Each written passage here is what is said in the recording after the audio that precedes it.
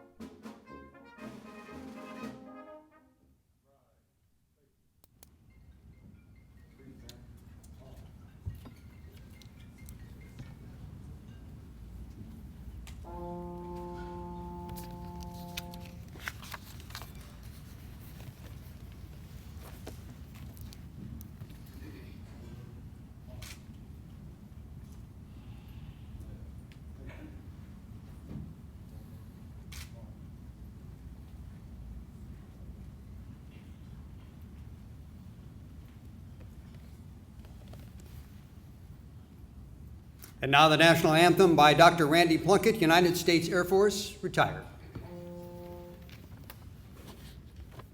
Oh, say, can you see by the dawn's early light what so proudly we hailed at the twilight's last gleaming, whose broad stripes and brightest stars through the perilous fight o'er the ramparts we watched were so gallantly streaming, and the rocket's red glare, the bombs bursting in air, gave proof through the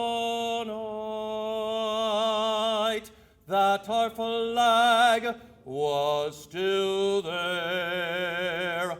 Oh, say, does that star-spangled banner yet wave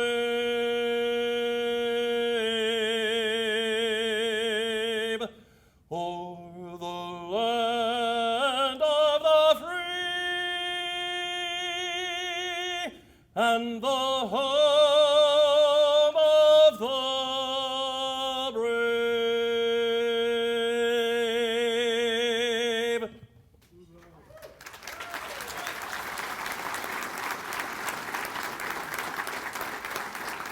Thank you, Dr. Plunkett. And tonight, the Pledge of Allegiance will be led by Luke Urey. Luke is a senior from Triton High School here in Camden County, and in a few short weeks, he will be a proud Marine.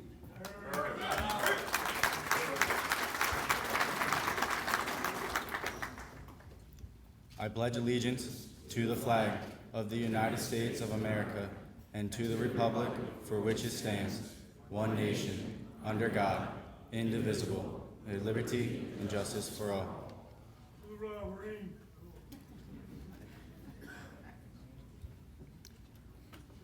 And for our invocation tonight, Lieutenant Colonel Yakov Bindel, United States Air Force.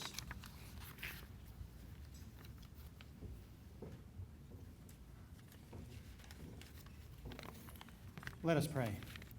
To the Creator, to the Master, to the Leader of Leaders, and the Commander of Commanders, as we bow our heads thankful for each other, thankful for Dr. Ken Hartman and our community salutes for bringing us together, and especially thankful for this gathering of parents, sons, and daughters.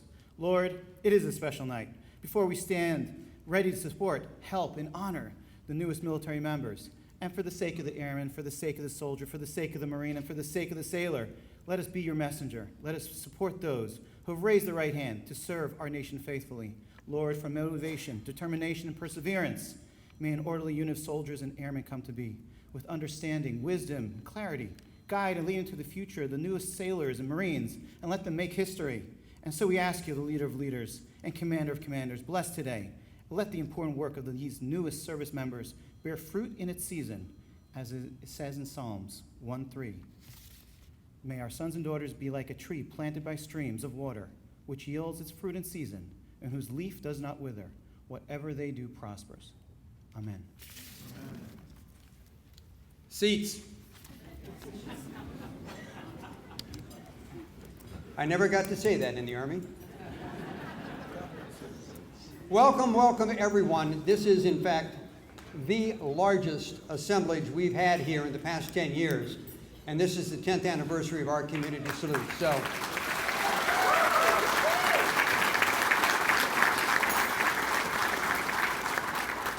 we are almost 40 strong. We have a star-studded cast to talk to you this evening. We have people who are in the business community, people who are in the military community, and of course we have you here to be so proud of your sons and daughters.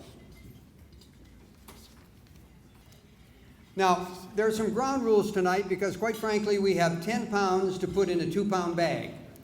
And the deal is, these are Ruggles rules at the Ruggles kitchen table. You may keep eating while anyone up here is talking. Please do it quietly. Please keep your cell phones off. But we've got a lot to cover, but if past history is any indication, we should have everybody out of here while it's still light outside. So, let's start at the very beginning by recognizing the person who started this 10 years ago with an idea. And he called me and said, Terry, I've got this idea, and he will go into it now about what this is all about. But please welcome Dr. Ken Hartman.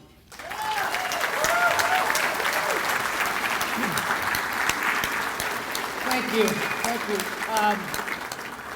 It's truly amazing. And we have, like I said, Terry said, we have a lot to cover. So, and we really do want to get to the stars of the show, which are our seniors and their families. But let me just give you a little bit of history very quickly about how this all came about.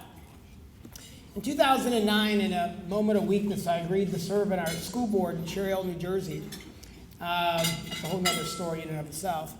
And I was at my first graduation, and the kids were coming across the stage, and I'd shake their hand, and I'd say, hey, where are you going next year? And I'm going to this college, I'm going to that college. And every now and then you hear someone say, I'm going in the Army, I'm going in the Marines, I'm going in the Air Force. I turned to our superintendent on the stage and said, hey, how many of our kids go in the military after high school? He said, I don't know, a handful of them. I said, well, what do we do for those kids and their parents? He said, what do you mean? I said, for kids going off to college, there's all sorts of recognition. I was ROTC, I went off to college before I went in the Army. There's all sorts of recognition. West, thank goodness. But what about the handful of kids who go directly into the military?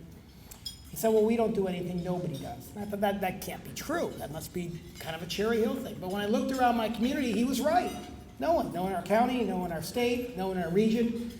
So 10 years ago, almost to the day, we had our first dinner here in this exact room, 200 and some odd people, and it was a great night. And the next thing I knew, the Army did a story on us, and I got a call from a woman in Pittsburgh. And she said, hey, I heard what you did in South Jersey. Can you help me do one of those ceremonies in Pittsburgh? And I said, well, sure. We got the logo. We got the website. We'll just call you our Community Salutes of Pittsburgh. And year two, we had two set, ours in Pittsburgh. And then more stories by the service and the media and so forth. And now, 10 years later, we're in 23 states. We've had 50 chapters, over 192 ceremonies just like this across the country. We estimate about 20,000 high school seniors we've honored as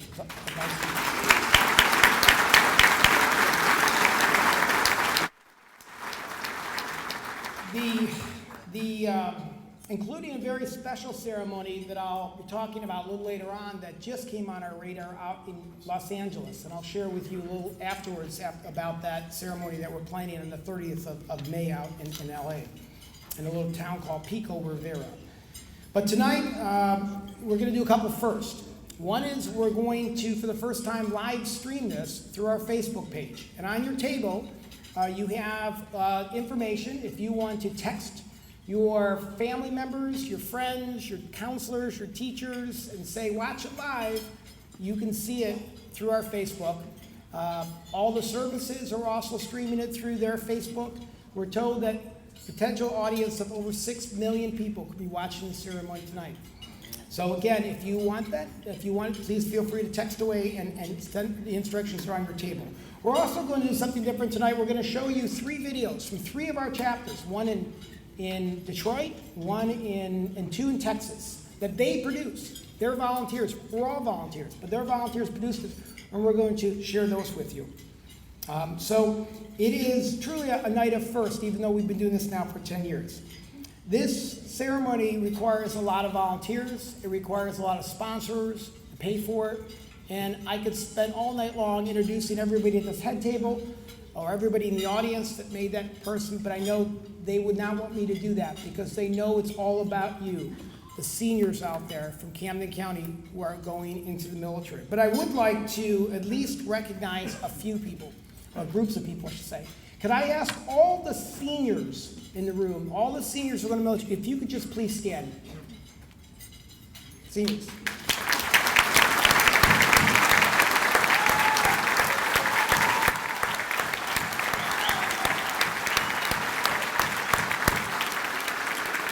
Okay, you can sit down now. We've got, as I told you before, we've got lots in store for you tonight. Now, can I ask all of the parents and guardians of these seniors if you please could stand tonight? Parents, stand up.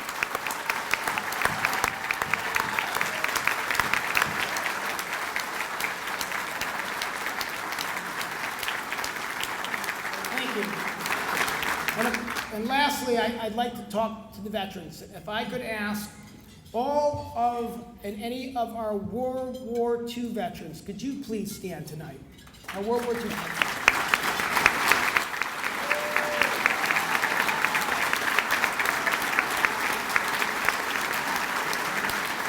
And I have to give a shout out to my good friend, Mae Brill, who is 94 years young. She is one of the few women who served in World War II, and she is, Mae, where are you? Can you please stand? There she is right there.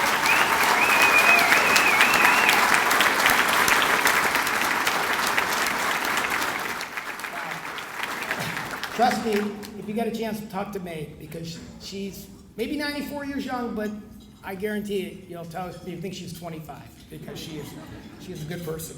My Korean War veteran friends, can you please ask my Korean War veterans to please stand.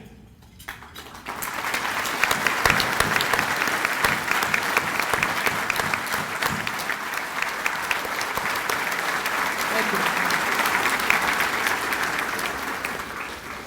Can I also now ask my Vietnam veteran friends if you could please stand. All Vietnam veterans, could you please stand?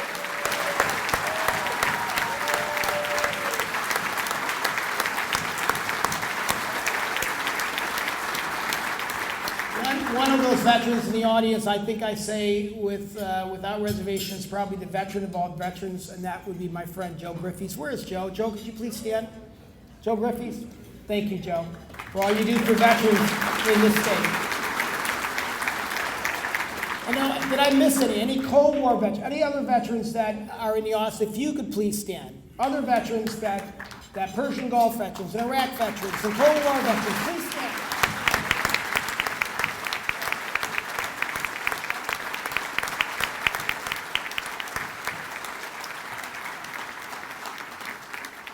Thank you very much. Again, this is your night. We're gonna move very, very quickly. So now I'm gonna turn it back over to Terry Ruggles. Thanks, Terry.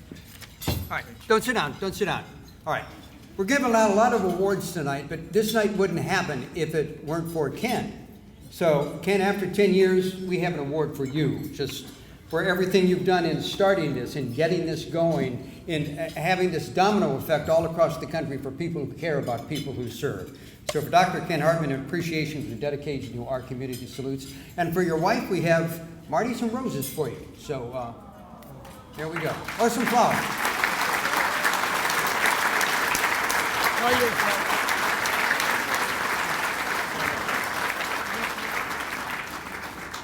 You know, I know that you people over here can't see the people over here, but we got a hell of a lot of people in this room here tonight. So this is all good. Our first speaker is a fellow who was here last year with us. It's Major General Jeffrey Snow. Now, I figure that the general either likes our food or our friendship or our mission. But he said he was nice enough to come back, and so please give a rousing round of applause to General Jeffrey Snow, United States Army Command Recruiter.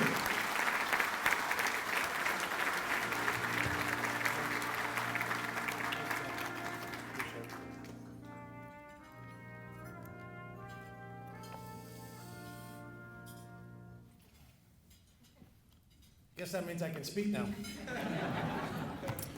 Well, listen, thanks very much for the kind introduction. I have to tell you, I'm absolutely thrilled to be in the room tonight with so many future soldiers and their families.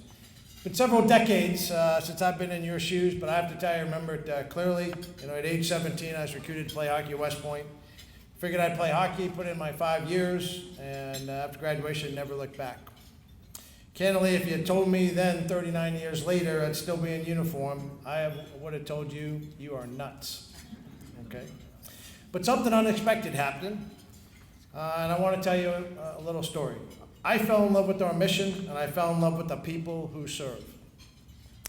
Why do I tell you this? Because I think it's important to those that have recently made the decision to join our team, that I wouldn't trade my experiences for anything. Although it hasn't always been easy, I love being a soldier, and I treasure every day I get to serve in uniform, and I want you to know that. Whether you serve for 3 years, 20 years, or more, you are joining an extended family that will be with you for the rest of your life. Tonight, I want to commend every single future soldier service member for having the desire to serve your country. Whether you have chosen to serve as a soldier, an airman, a sailor, Marine, or Coast Guardsman, you're about to embark on a journey that will shape the rest of your life. You're about to join the world's greatest and most respected team in the nation. The journey's not going to be easy, but nothing worth doing ever is. But I can tell you the rewards will far outweigh the challenges. You'll push yourself harder than you ever expected. You'll accomplish things you never thought possible because you're not going to be alone. You'll be surrounded by brothers and sisters who will lift you up because they want to be surrounded by winners. So I have to tell you, seeing you all here tonight gives me great pride, but most importantly, it gives me great hope. Knowing that each of you has made the choice to be part of something bigger than yourself shows me that the future is very bright. We've got young leaders willing to put in the work to ensure our military remains the greatest in the world. You're choosing to fight and protect the very freedoms that so many in our country take for granted, and for that, you should be recognized. And I'm glad to be part of a program that does that. I'm grateful for the individuals who put in the time and effort to get this recognition for you. So I want to once again thank Dr. Hartman and your entire committee, again, for the tremendous support you provide to our recruiters across all services and for making events like this a reality for young men and women who have made the decision to serve our country. If we had programs like our community salutes all across the nation, I tell you, I do not think we would have a challenge accomplishing our mission. So ladies and gentlemen, please join me in a round of applause for Dr. Hartman and those who have made tonight possible.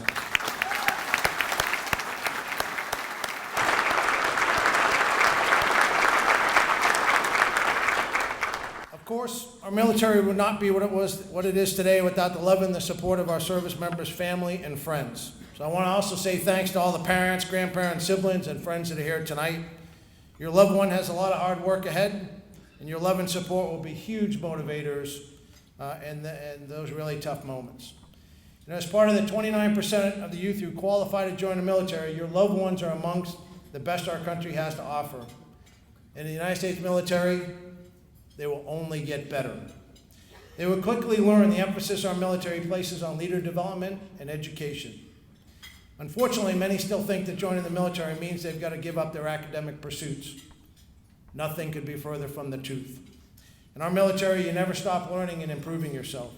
Regardless of whether your sons and daughters serve one tour or an entire career, they'll be sought after by companies and corporations for their leadership, loyalty, selfless service, and discipline.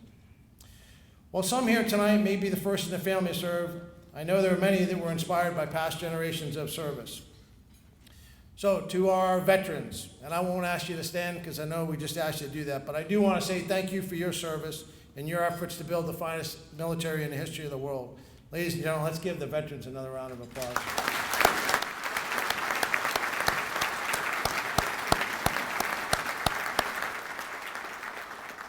It is a fact that the majority of service members come back to you as better citizens than when they join.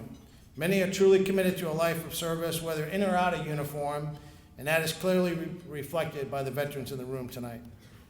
But now back to the reason we're here tonight, and that is to recognize those that have made the decision to join our military in the future.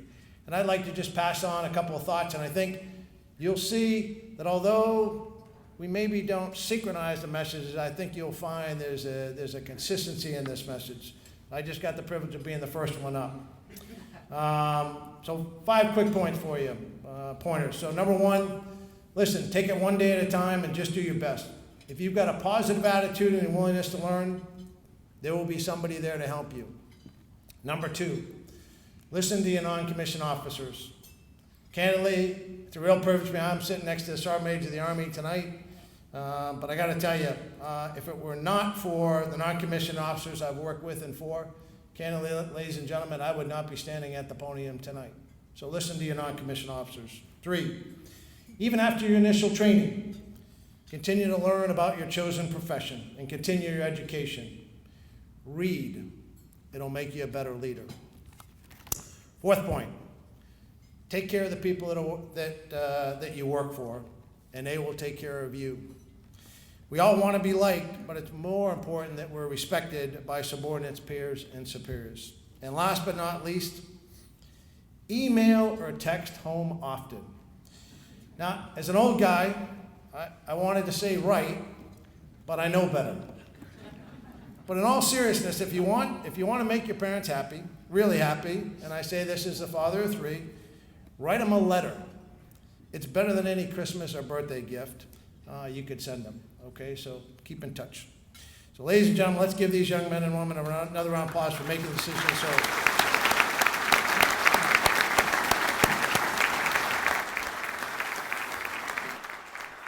Last couple of points.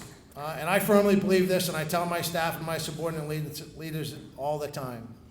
Life is about deeds, not words. If you want to find out what is important to somebody, pay less attention to what they say and pay more attention to what they do.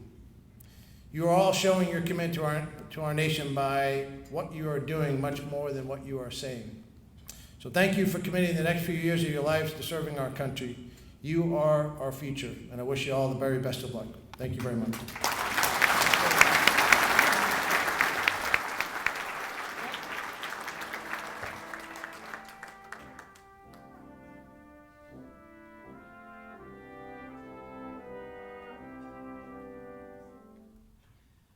Sir, don't go way too far. I know you have to leave with your staff on an emergency that have come up, but I just want to do a couple things. One, I want to, for those of you who may not know, because perhaps you have not served, if you take a look at this head table, you've got a lot of number 1s up here. From the governor, there's only 1. Command Sergeant, the commanding officer of Army recruitment, only 1. The first Sergeant Major of the Army, there's only 1. Medal of Honor recipient, Admiral, you've got all these people who are very, very, very busy to come out tonight for you, the kids and the seniors that are here. But, sir, you've been with us now for a number of years. I think you're the 5th Command General of the Army that I've had a chance to work with, and I can honestly say that in the last couple of years you have bent over backwards to help us across the country to get your soldiers involved in this. And, sir, we'd like to present you our 2018 Founders Award for Excellence.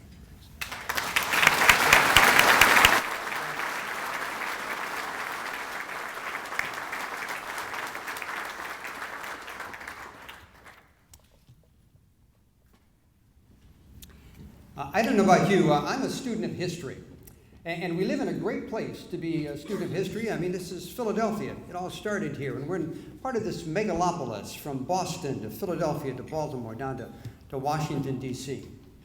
Well, in the early 1700s, there was a guy up in Boston by the name of Ben Franklin.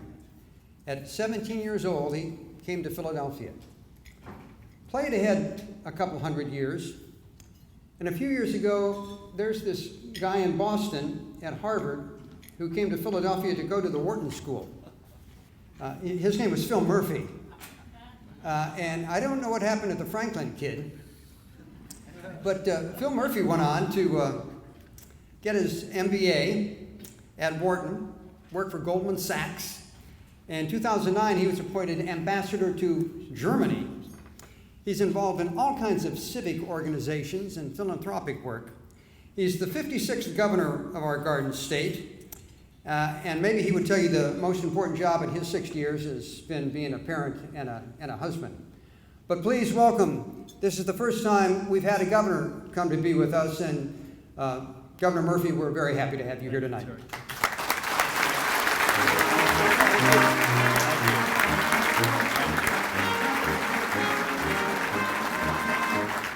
Thank you. Wow. The word that comes to mind for me is humbled. I'm very humbled to be here, and I'm incredibly honored. Good evening, everyone, and again, thank you for having me. Terry, I'm a big fan of yours. In those years I lived in Philadelphia, I watched you religiously. I want to thank a few folks in particular, a few to the right, Brigadier General Jamal Beal.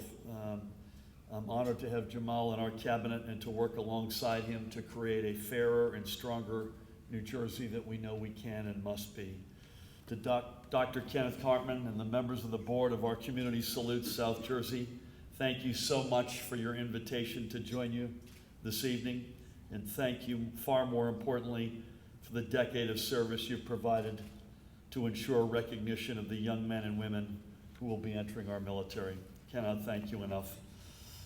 Thank you as well to all of the members of the Planning Committee for organizing tonight's event, and certainly to all the sponsors whose support makes this celebration possible. It's an excuse for me, among other things, to sit beside my old friend David Cohen. You can probably hear outside, by the way, be careful going home tonight. I apologize, I can't stay for the entire program, for which I sincerely apologize, but it is very treacherous weather depending on where you're going tonight, so everybody please be careful when you're out there. I want to thank my friend Senator Jim Beach, because I wouldn't be here without him. It's great to be here in Camden County, my friend, to you and your home district, and to all the other elected officials. You do right by our servicemen and women and our veterans through your work in the state Senate. I'm proud to have you as my partner in the legislature. You invited me here tonight, and I'm honored that I could make it. To the incredible distinguished members of our military on the dais and in the room, and you've got all the names in the program. I'm sitting here listening to the general. You got a Medal of Honor recipient, Command Sergeant Major, Rear Admiral. What a group. I'm honored to be up here. A particular shout out to Chief Special Warfare Operator Edward Byers. Welcome to New Jersey. I know you hear a lot, but you're truly an American hero. Thank you for your 2 decades of service to our nation and for your unflinching bravery in the face of a hostile foe. And to all of the members of our armed services present, and especially to our veterans here tonight who have been acknowledged, thank you as well for your service and commitment to our nation and its founding ideals. And of course, most importantly, to the students we are recognizing and honoring tonight, thank you for answering this most important call to service. Seated among you and throughout this room are tremendous role models and heroes. Regardless of their rank and regardless of where they served, always remember that it is in their footsteps that you now walk. It now falls to you to uphold the honor of the United States military and to represent the people of our state and our nation. And I know you will do us proud. When I served as the United States Ambassador to the Federal Republic of Germany, I interacted regularly with the largest non-combat overseas deployment of American forces in the world. I witnessed the amazing bravery of our service members, from our Army garrisons to Ramstein Air Base to Landstuhl Regional Medical Center, and in my case, 3 trips downrange to be with our troops in Afghanistan. Every Thanksgiving, I, along with my wife Tammy and our 4 kids, would spend the day with our servicemen and women, many of them wounded warriors, and by the way, many coalition forces. The United States not only looks out for our own, it looks out for those who fight alongside our own. And we would hear their stories, learn of their hometowns, and listen to their dreams for after their service ended and when they returned to civilian life. Regardless of where they were from or what they saw in their futures, what was undeniable was that we are all part of the same family, the American family. Now, as governor, I have the unique privilege of doing the same with you who are about to enter the service. Always remember that you have a family who will have your back. And I don't just mean your mom and dad or siblings or other relatives. You have every single one of us, your New Jersey family. I am reminded tonight of what the first Commander-in-Chief and perhaps the most famous general in American history, George Washington, once said, and I quote President Washington, "When we assumed the soldier, we did not lay aside the citizen." You are answering one of the highest callings as American citizens, to join of your free will the greatest military which the world has ever known. It falls to you to ensure that the ideals and values of our nation and of our free society are safeguarded. Make the most of this opportunity. Make your families and your communities proud. Make us all proud, as we know you will. And we in turn will endeavor to create a state that will honor your service every day and in every possible way. Thank you all so much again for the opportunity to join you this evening. May God bless each and every one of you. May God continue to bless the great state of New Jersey and the United States of America.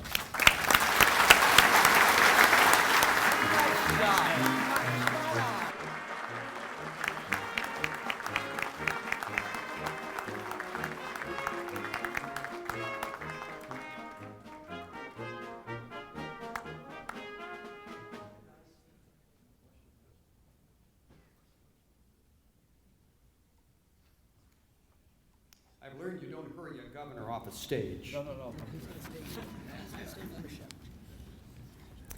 You know, it's hard to believe that it's been 17 years since 9/11, and if you're like me, for some of you it seems like yesterday, and for others it seems like it was a long time ago. But I think we would have to all sit here this evening and admit that it changed our lives, how we think, how we act, how we interact with our friends and neighbors and people that we don't know.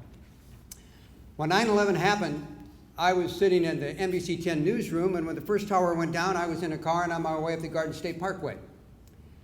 And I had been up for about 24 hours, and I had worked my way through the police lines the morning after the morning before, thanks to a John Timoney press pass, of all things, David Cohen. He got me through.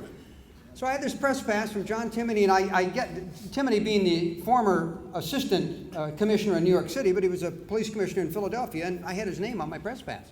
So I'm standing at the line there, and there's a lot of construction workers working around, and this hard hat is standing next to me. And we're standing there, and it's just a pile of rubble, and there's concrete, and there's brass, and broken glass, and granite. And this guy, I remember he had a hard hat on and a beard and a plaid shirt, and he says, "They just don't get it." And I looked at him like he was talking to me. And he wasn't talking to me. He was just staring at this pile of everything. He said, "They just don't get it." And I realized he's not talking to me. And then he said, "The strength of this country isn't its buildings. The strength of this country is its people." And he turned around and walked away. The strength of this country isn't its buildings. The strength of this country is its people. Now, I know some of you who have been here before have heard me pull out this chestnut before, but I think it's a story that has a shelf life that goes on forever, as far as you and I go. Because the strength of this country isn't the building you're sitting in, it's the people who are sitting in this building. So look to your left, and look to your right, and in front of you, and behind you, because the people in this building are the strength of this nation.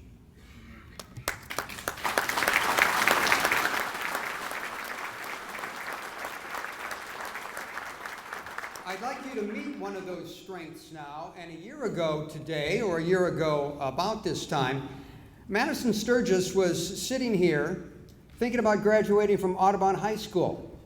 And what had she done? Well, she had decided that she wanted to go into the service. So Madison went through basic training. She went through AIT, or Advanced Individual Training, at Fort Sam down in Texas. And tonight, this 19-year-old is with us, and she is a preventive medicine specialist. That's her term. She knew about the high cost of education, couldn't afford it, so eventually she is going to go through college courtesy of Uncle Sam. So please welcome right now Madison Sturgis to hear a little bit about her first year.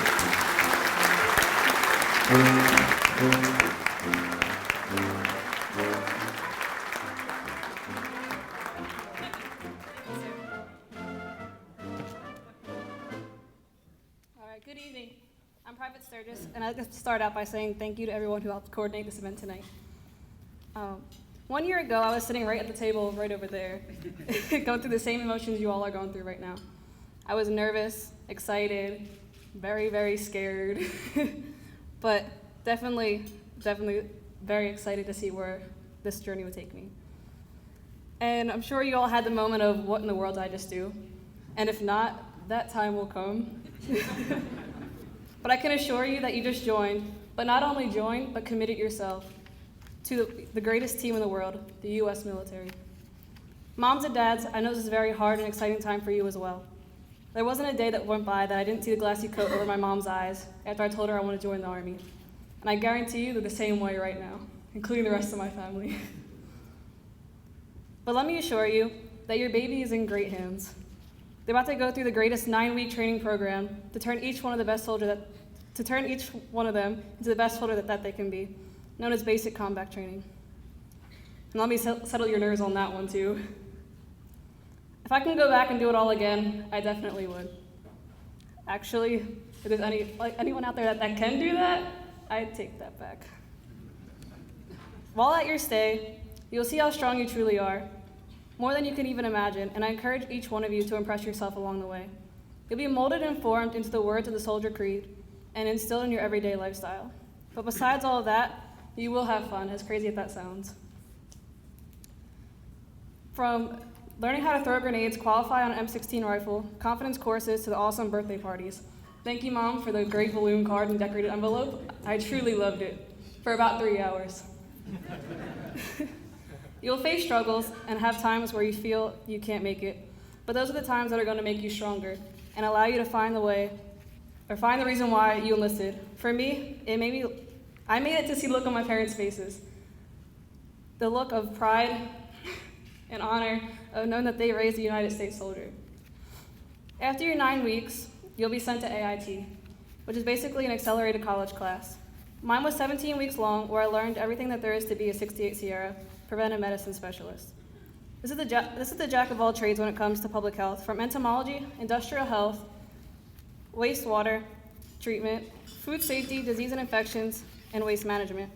Our job is to eliminate the risk of anything that can stop a soldier from their mission. By the end of the course, I was ServSafe Manager qualified, pesticide application certified, and I now have 55 college credits when I applied my certification, which is almost an associate's degree. Exactly, round of applause.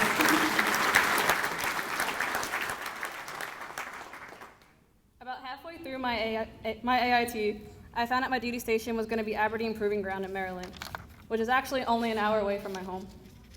I was assigned to the Army Public Health Command in the entomology department. Here I breed mosquitoes, 2,000 mosquitoes, every week for resistance testing. This includes counting out 400 newly hatched eggs into 5 pans, feeding them until they turn into pupae, separating the pupae from the larvae, and maintaining the adult cages and giving them a blood meal every Tuesday. The process is very tedious, and attention to detail is key.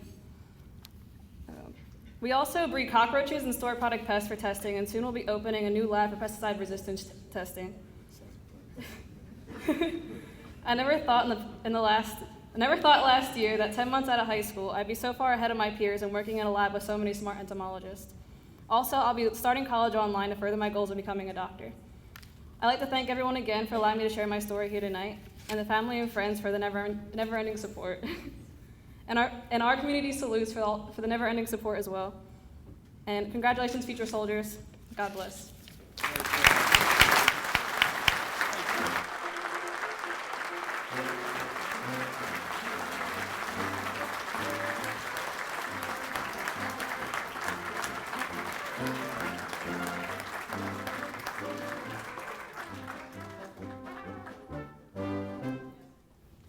Spiders and mosquitoes, who? About the time that General Snow was graduating from West Point, Michelle Jones down here was just going into the Army, and she can talk about that when she comes up to the dais here. But in the 34 years since she enlisted in the Army, she was in Operation Desert Storm, Operation Desert Shield, Operation Iraqi Freedom, Operation Enduring Freedom, and she was the first female command sergeant major of the Army Reserve. Okay? She's no longer in the...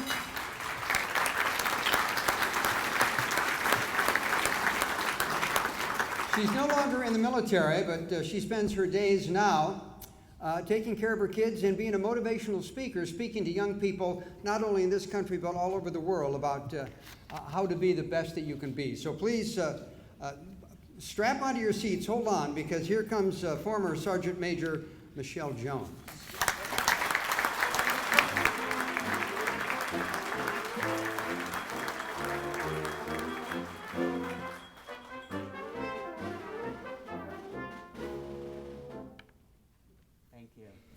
Good evening, everyone. Oh, let's try. Oh. First of all, I want to say, and I say it every year, but Ken, the day that you tackled me and told me about our community salutes was the best day. So I want to say thank you so much for allowing me to be a part of this for the last 7 years. The next thing I want to say, and to all the distinguished members that are sitting up here, it is an honor to sit with you as well. But I have to mention one person. May, 94 years old, woman veteran. Could you stand one more time, please?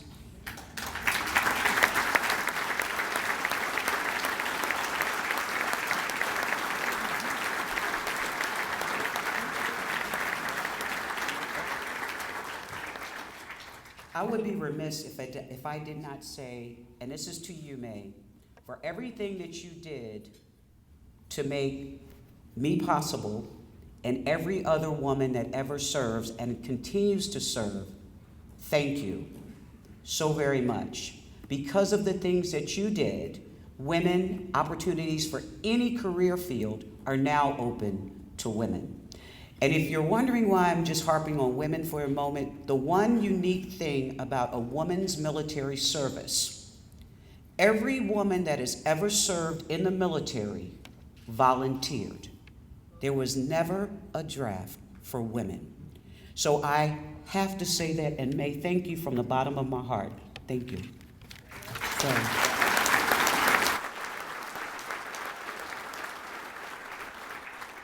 So the young ones, young ladies that are going in now, you've got some work to do. Huh? And yes, I'm Army, so I'm going to say hoorah, not oorah, and all that other stuff, you know. Anyway, I'm truly honored and humbled to be here once again. I think this is my 15th or 16th Our Community Salutes. It is a passion. It is what I believe in. But I always think about what can I say to families, friends, the community, and particularly those that are just coming into the greatest military in the world. And quite honestly, I don't struggle with this speech because it is near and dear to my heart. I served 25 years. I've been retired for 11. Woohoo! But it's just as important and just as dear to me today as it always has been. So, I want to make sure that everyone here, particularly those that are enlisting, take away at least 3 things, 3 positives towards your future growth, new experiences, challenges, and for those, again, entering the military, a brotherhood and sisterhood like no other. And of course, words to keep you intensely engaged. Today's event may be the first for many of you, and as I've stated, it's about my 16th or 17th one, something like that. And again, you may ask, why do I keep doing it? And it's quite simple. This is something that is near and dear to the core of me. I am so passionate about it. Some of you may have heard me speak before, and I will say some of the same things. However, I am consistent. And what I'm about to say will never change. Believing and supporting those who choose to serve. Now, I'm not going to give you a fancy speech. What I am going to do is share my thoughts, feelings, and beliefs, to say and to express my passion and commitment to speak from the heart, to tell the truth as I see it, and put it in a way that may not be the most eloquent, but it is the most sincere. So sit back, hold on, and enjoy the ride. Now, I want to warn you, and I'm sorry for the camera, but I will not stand behind this microphone the whole time. Huh? All right. So, thank you to the community for your outpour of support for the newest members of the military. They are indeed your future community leaders.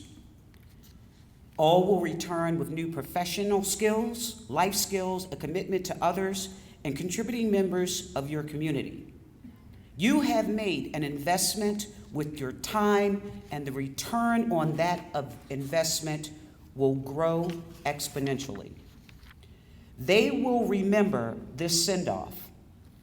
They appreciate it now.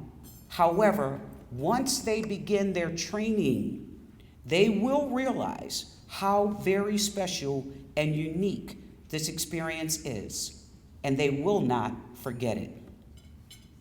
To the parents, guardian, loved ones, my sincere gratitude and thanks for being here to show your support and pride in your son, daughter, granddaughter, niece, best friend, whatever your title is to them. You may also be anxious, fearful, and somewhat hesitant in accepting the wisdom of their decision. Perhaps thinking, oh my goodness, what have they done and are they gonna make it? I remember my dad said to me, Michelle, you run your mouth too much. I don't know if you'll get through basic training. How about that? But I will share with you, and I know you may not believe this, but I am someone's daughter, granddaughter, niece, cousin, sister, and I must admit, I'm a daddy's girl. I still am at 15 years old. And now I add mom to those titles. And if you're wondering if I would support my 4 adopted daughters, ages 24, 17, 11, and 4, and my grandbaby who is 18 months, of any of them going into the Army, I encourage it. So put that off the table. But what I want to share with you is what that support did and meant to me. And a little background. I graduated from high school at 16 years old, went off to college for about 2. I told my parents that, I want to leave college and I want to go into the Army. And I saw this great commercial, and I know they don't say it anymore, General Snow, but it was Be All You Can Be. Okay, some of you remember that commercial when a guy came jumping out of an airplane talking about good morning, First Sergeant? And I was like, I want to do that, and I want to meet him. I did that, but I didn't meet him, but that's okay. Why I stayed. First of all, let me go back. The newest members of the military, first of all, my words to you. Thank you for having the courage to join. You are an elite force. As it's been said, only approximately 1% of the United States citizens of the United States even serve. 99% reap the benefits of your service. This is our country. No, it's not perfect. However, it's yours and it's mine. I've been to over 50 countries around the world. I've seen the beauty and enjoyed them all, even in the worst circumstances. But know this, there is no country greater or no country that I would rather live in than the United States of America. So, now, to go back, why I joined, and I told you that already, why I stayed. Because there's nothing greater, there's nothing better. The opportunities, the joy, the fun, the challenges. But more important, why I stayed and why I continue to serve. Now, this is the part where I walk away, and I'm going to make sure you can hear me. Okay? Hold on.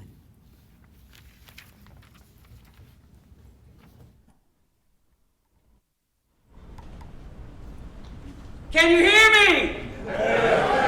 Can you hear me back there? Oh, raise your hand.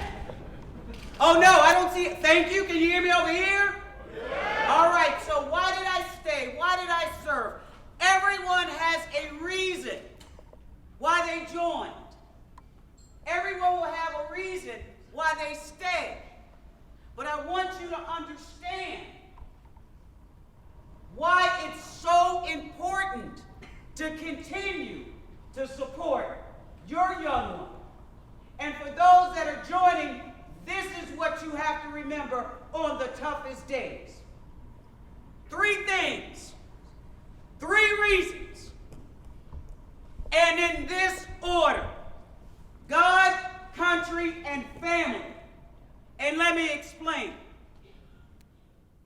In this country, we have the right to practice any religion that we choose. Is that not correct?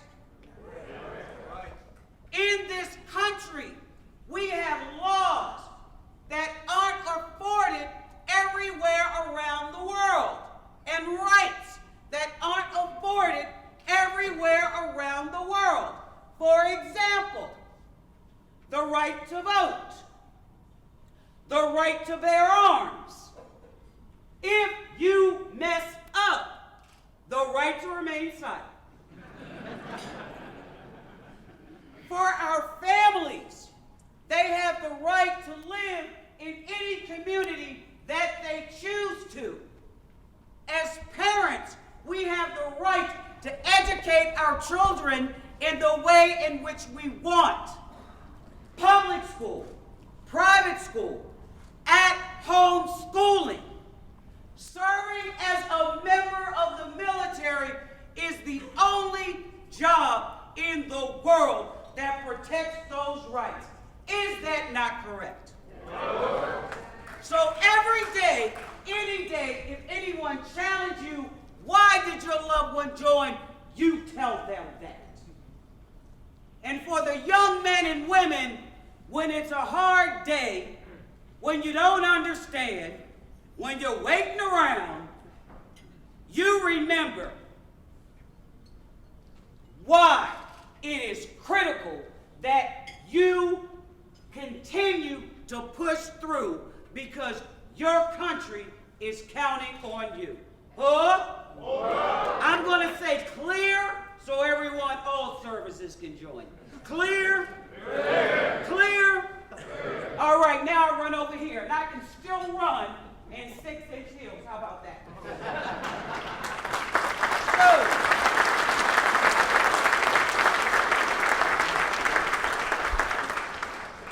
you look down at my shoes. They're 6 inches, trust me. Maybe 5.5. Parents, I have to say to you, when I joined the military, my parents did not agree with my decision. And you may not agree with your young ones, but they supported me. My dad, and I said I'm a daddy's girl. My dad sent me cards. He didn't write, and he always said, "Love, Dad." My mother, and this is pre-email and all these other things that y'all have now, I don't know about those, wrote me letters of support. My siblings, my cousins. To this day, do the math, 25 plus 11, that's what, 36? I still have the cards. I still have the letters. My parents were at every last thing in my military career to continue to support me. Your support is so critical.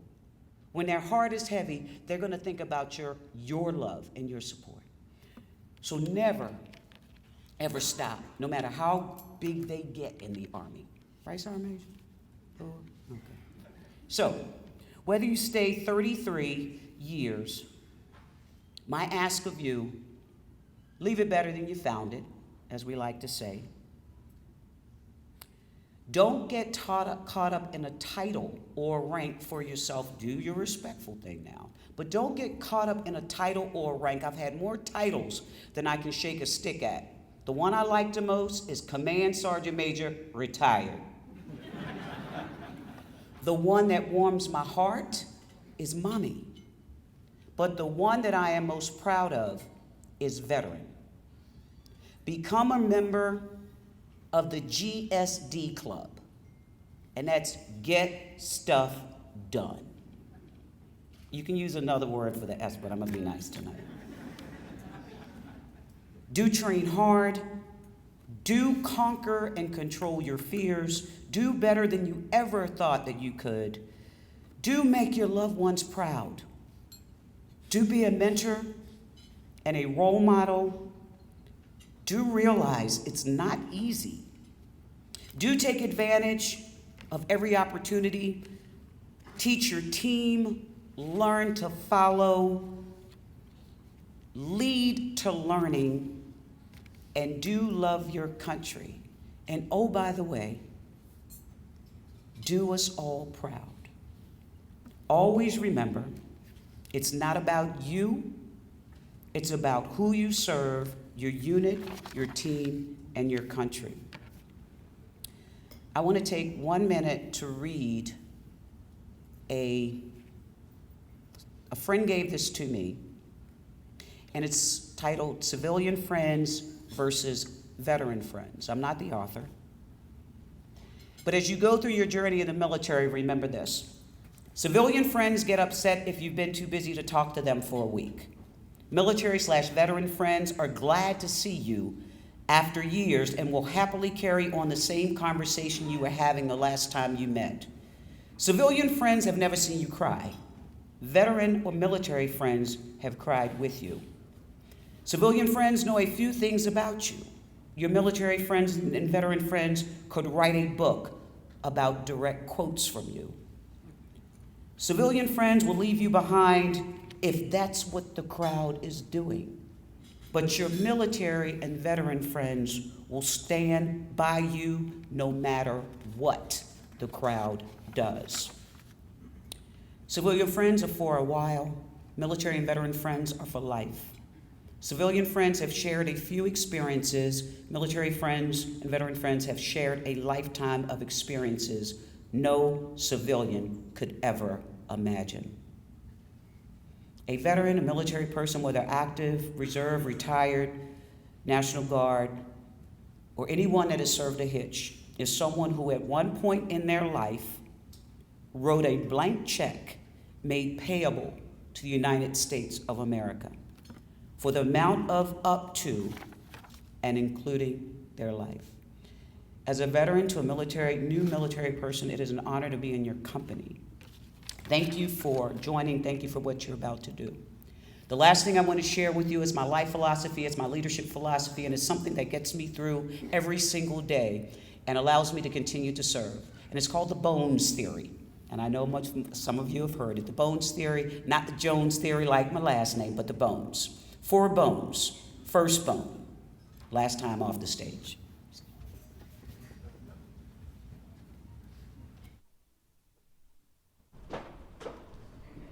First bone, backbone, having the courage to be who you are. Backbone, having the courage to go against the tide when the tide is going the wrong way. Backbone, having the courage to say, I don't know, and ask for help. Having the courage or the backbone to say I was wrong and I'm sorry. Second bone, wishbone, believing and hoping and knowing it's possible. There are going to be days when you don't think you can make it. But knowing and believing that you can, you will. When people said to me, there's never been a woman in that position, I was like, and your point is what?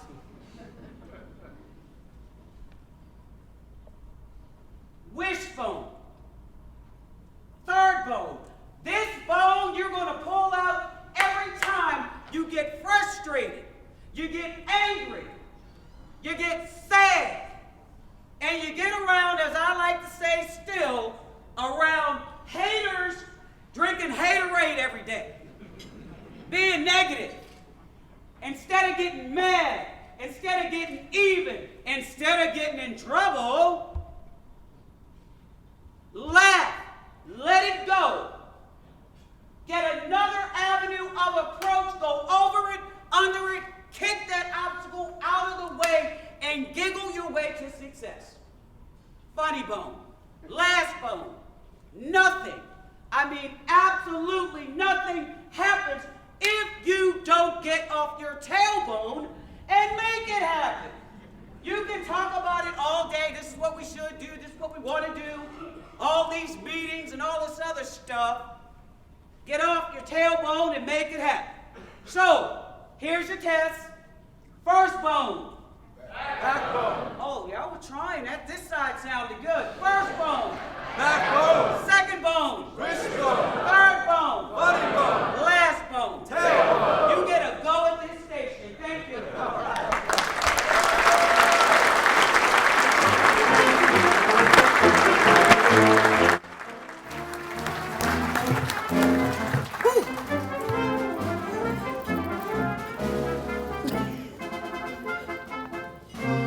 I thought he thought that was my last thing, but I do have one more thing.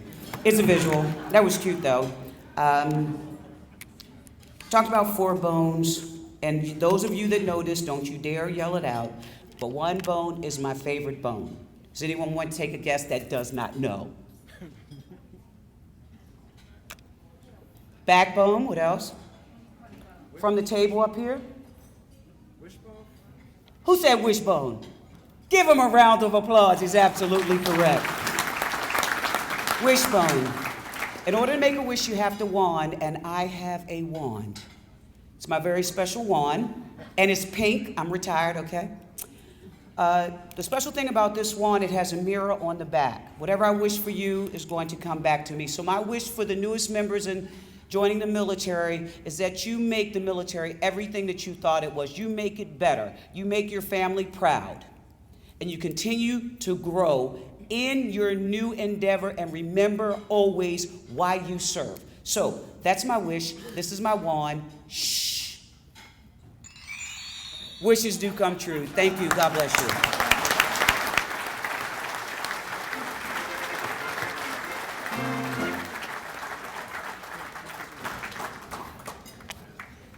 I know there are 425 people saying, when are we going to eat?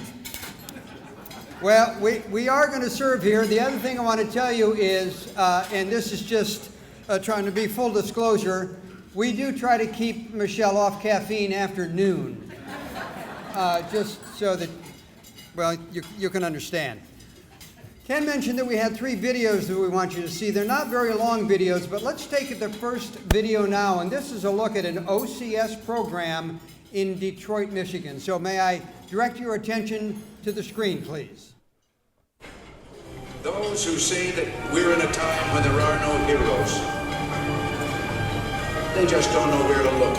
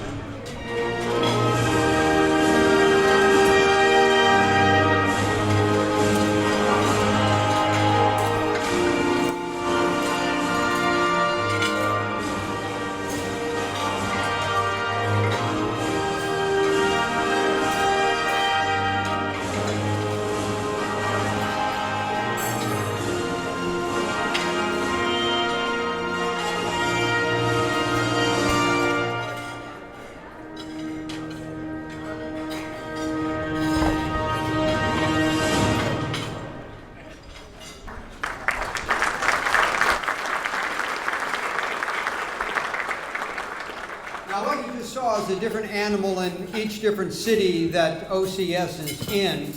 And OCS is a fluid animal also, I have to say that, because it's all done by volunteers. Nobody gets a dime for any of the work that you see in situations like this evening. So every community that decides to do an Our Community Salute puts it together with kind of some core values, recognizing those young men and women who are going into the military, but every town does it in a different way.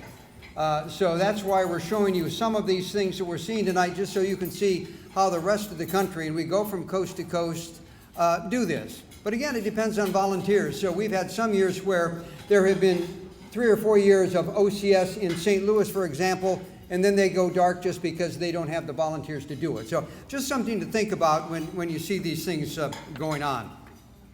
We're moving right along here. I'm not sure we'll beat the storms or not, but we're moving along with music and song. And I would like to introduce a man. I've never met a person who has won the Congressional Medal of Honor, or Medal of Honor as it's called. I have to say I am in awe of Edward Byers, simply for what he did, what he stands for. My lips tremble sometimes when you think about the people over the years who have received the medal and what they've done. Ed grew up around Toledo. Edward grew up around Toledo and went from high school right into the Navy. And in the 20 years of service, he just got promoted, by the way. He's now an E9. He's a Master Chief. In the 20 years, he's had 11 overseas deployments, 9 combat tours. He's won the Bronze Star, the Purple Heart, and many other awards, but most significantly, and the reason that so many of us hold this honor in awe, is the sacrifice it takes. 2 years ago, President Obama presented him with the Medal of Honor for life-saving actions in Afghanistan. Now, I haven't talked to Edward, and I don't know that he wants to talk about it, but I know that you want to know about it, so let me give you the cliff notes I have from reading the congressional record. He was a medic, is a medic, takes care of people, has them live. That's what they do. Even SEALs have to have medics in their units, and they go into Afghanistan, and they're trying to save an American doctor who is being held captive. And the helicopters land, and they storm the building, and according to the congressional record, the first guy goes through, goes down. Edward goes in afterwards, and he runs into one Taliban. Other SEALs are coming in behind him. He hears the doctor, jumps on the doctor. Now, he's taken out one Taliban. He jumps on the doctor to protect him because he knows there are SEALs behind him that are coming in to get the rest of the bad guys. And while he's holding the doctor down to prevent him from being injured, he takes out another Taliban. I only see 2 arms, but it looked like he had 3 or 4 because he's holding one guy down and taking out another guy. And for that act of bravery, they brought the doctor out. The doctor was fine. For that act of bravery, he was awarded the Medal of Honor. So, ladies and gentlemen, know that he's the 6th Navy SEAL, the 8th living Navy Medal of Honor recipient, and the 11th Medal of Honor recipient to have served in Afghanistan. Please stand and welcome Edward C. Byers.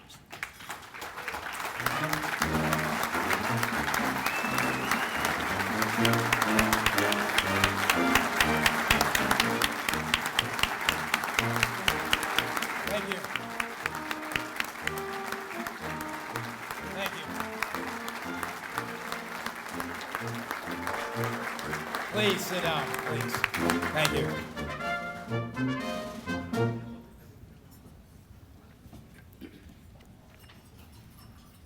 I gotta say, Sergeant Major, wow. Your speech is incredible. Thank you for what you do and what you have done for our nation. Dr. Hartman, your work here is second to none. I sincerely thank you and your team for your ongoing effort to debunk the myths that surround those that join our ranks and to honor those that raise their right hand. To our distinguished guests and speakers, time is the most valuable thing we possess. So thank you for sharing your time and your wisdom today with these incredibly talented and courageous individuals. And to our veterans and those on active duty, you are what America represents. To those two World War II veterans, I salute you. You are the greatest generation, and you're a reason why I'm in the military today. To the most important people in this room, the 60 men and women who are taking the solemn oath to defend the Constitution against all enemies, foreign and domestic. Thank you for wanting to give yourself to this great nation. There is no combination of words that can properly express the gratitude we must show those that willingly give it up some of their constitutional liberties to serve their country, especially during times of war and uncertainty. So it must be through devoting our time and deed, like being here today, that we honor those that will be the future of our country. For the past 17 years, our nation has been besieged by the longest conflict in her history due to the atrocities of 9/11 and the seemingly never-ending amount of oppressive and violent Islamic terrorist organizations scattered throughout the world and within our own borders. Our military, and in particular, our special operations community, are currently entrenched in dozens of countries battling these extremist groups for one simple goal: to protect our sovereign borders and provide a blanket of comfort that hundreds of millions of people enjoy on a daily basis. This is why there is no calling more honorable than protecting our nation by serving in the armed forces. Each one of you enlisting today is honoring a legacy that has been created and forged by our forefathers and mothers throughout our nation's 241-year history. The majority of you here have never known our country without conflict. The fact that you are keenly aware of this and have the fortitude to serve deserves our utmost respect. You are part of less than 0.5% of the American population. And I want you to think about that for a second. You are the 0.5% of Americans that are ready, willing, and able to stand up for the freedoms that this country so willingly gives its citizens, and the many, many more around the world due to our persistent presence. 20 years ago, I stood tall just like you will today. I, without a doubt, felt the exact same emotions that are circling inside you right now: pride, nervousness, scared, excited, and passionate about tackling my dream to be a Navy SEAL. I can tell you with absolute certainty that you are making the right decision. I can also tell you that this is not the last time you will have these feelings. My time in the military, in particular in Naval Special Warfare, have provided me with an opportunity that is simply second to none. To be part of the world's best special operations community is an honor, and to serve alongside those that make up the most exclusive team on the planet is a privilege. It is something that must be earned every single day. It is a sacred bond that's been forged with my brethren on countless missions that keeps a fire burning white hot deep inside me, and will one day be the very same thing that carries you through your career. Behind all this has been my family and my faith, which has provided me solace during challenging times. Like any true support structure, they have been the bedrock in which my foundation has been built, helping me to never waver from my commitment to our nation. Without these three pillars of my family, my faith, and my brotherhood, I would not be standing before you today. On the 8th of December 2012, the night for which I would eventually become the recipient of this medal, myself, along with my team, went deep into enemy territory in eastern Afghanistan to rescue an American doctor from the Taliban. That night, like many nights before, I relied on these 3 pillars. As we patrolled to our target, I thought about my wife and daughter. I prayed to God and to St. Michael the Archangel for our protection. And I thought about my teammates and my responsibilities to them and the mission. That night, we saved Dr. Joseph, but we lost an incredible warrior, Nick Check, a man I will forever honor. I relied heavily on the values that my community raised me on and molded me into the person that I am today. I need to stress to you that I did not do this alone. Anyone in the military knows this. There is no way to do this job alone. The military is not a place for loners, the faint of heart, or the weak-minded. It is for those who are strong, committed, and wise. And you are those people. She will demand your allegiance to her ranks and loyalty to our country, so that we may protect our great history, both the good parts and the bad ones, so that we may never forget where we came from and know what direction we must go. She will require you to be a tireless worker who is flexible, innovative, resilient, and disciplined. She will teach you how to be selfless, to work as a team, and most importantly, teach you about humility. If you endure all this, you will be able to call yourself part of the chosen few. Many think that anyone can just join the military, and there are those out there that think that this is our only option. They are sadly mistaken. The overwhelming majority of Americans wouldn't even qualify to serve in the armed forces. And at the end of the day, you will be better equipped to tackle life's hurdles when you leave your service because of the hardships that you will endure. But do not be intimidated by this potential pain and suffering that you might encounter. It is nothing compared to those that are persecuted around the world and who rely on your service for help. President Roosevelt, my favorite person to quote, and the only president to receive the Medal of Honor, said this: "I have never in my life envied a human being who led an easy life. I have envied a great many of people who led difficult lives and led them well. I am envious of your journey that you will take because I know the type of person you will become because of it. You are going to see the world and have experiences that only those who have taken the solemn oath will understand. And you may at one point be in a situation where you may have to lay down your life for your fellow brethren.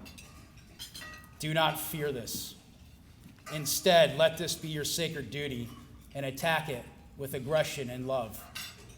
For there is no greater gift one can give to their teammate or country. Our Lord and God reassures us of this.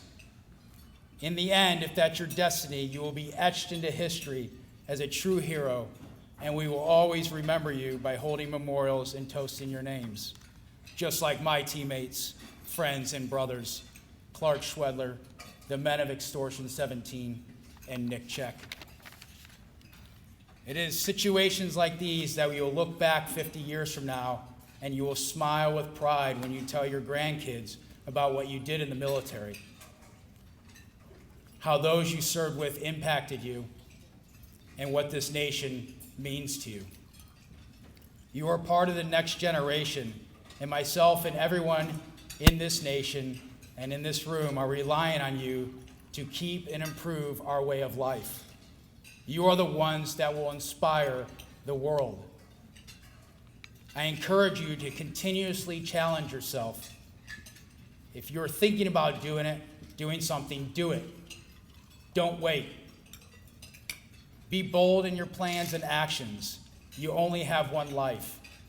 Do not ever take it for granted, and certainly do not waste it worrying about opinions of the sheep. Roosevelt said again, "He who knows great enthusiasm, the great devotions, who spends himself in a worthy cause, who at best knows in the end the triumph of high achievement, and at worst if he fails, at least he fails daring greatly. so that his place shall never be among the cold and timid souls who neither know our victory nor defeat. Never be a cold and timid soul. Always dare greatly, like you are going to do tonight. You have taken the most critical step. You are stepping out from behind the podium, something that Sergeant Mater did so well. You are progressing outside of your comfort zone. You are growing. You will one day become great leaders within our own ranks. You will be business owners and executives of major corporations and civil servants within our government and potentially even our president. You have told yourself and the world that you decided to voluntarily face your fear of the unknown and crush it. Do not second guess your decisions. Trust your instincts. Do not let yourself become a victim of circumstance. Instead, be a lion or lioness, like you know you are. Attack life's struggles. Persevere. Double down if you have to. Commit even more. Try even harder, and never, ever, ever give up. If you get knocked down, get back up immediately. Because that is life, no matter where you go, in the military or civilian. If you want to be successful, you have to fight for it. It will not be given to you. What you will be taught during your time in the military, you will use for the rest of your life. Don't let it go to waste.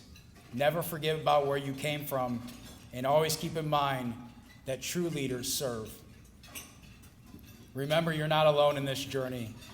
Rely on your family, your faith, and your teammates. You're in good hands. Mom and Dad, understand this. We have the best fighting force in the world. Congratulations on your monumental decision. Never forget, the only easy day was yesterday. Now go and conquer your dreams. Please let us remember that this evening, as we go about our business, let us not forget our warriors that are finishing another night up overseas, silently stalking and eliminating those that want to destroy our way of life. May God bless each and every one of you. May St. Michael the Archangel watch over our warriors in battle. Long live the Brotherhood.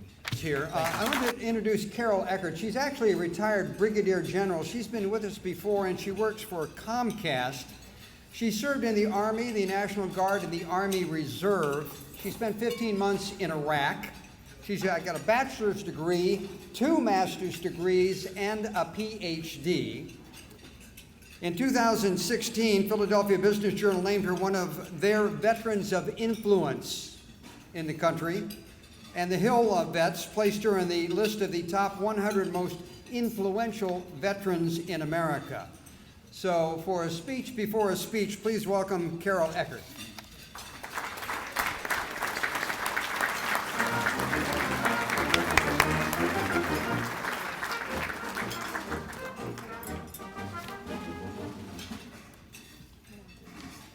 Thank you so much for that introduction, and it's wonderful to be back here, and what a great privilege it is to introduce David Cohen.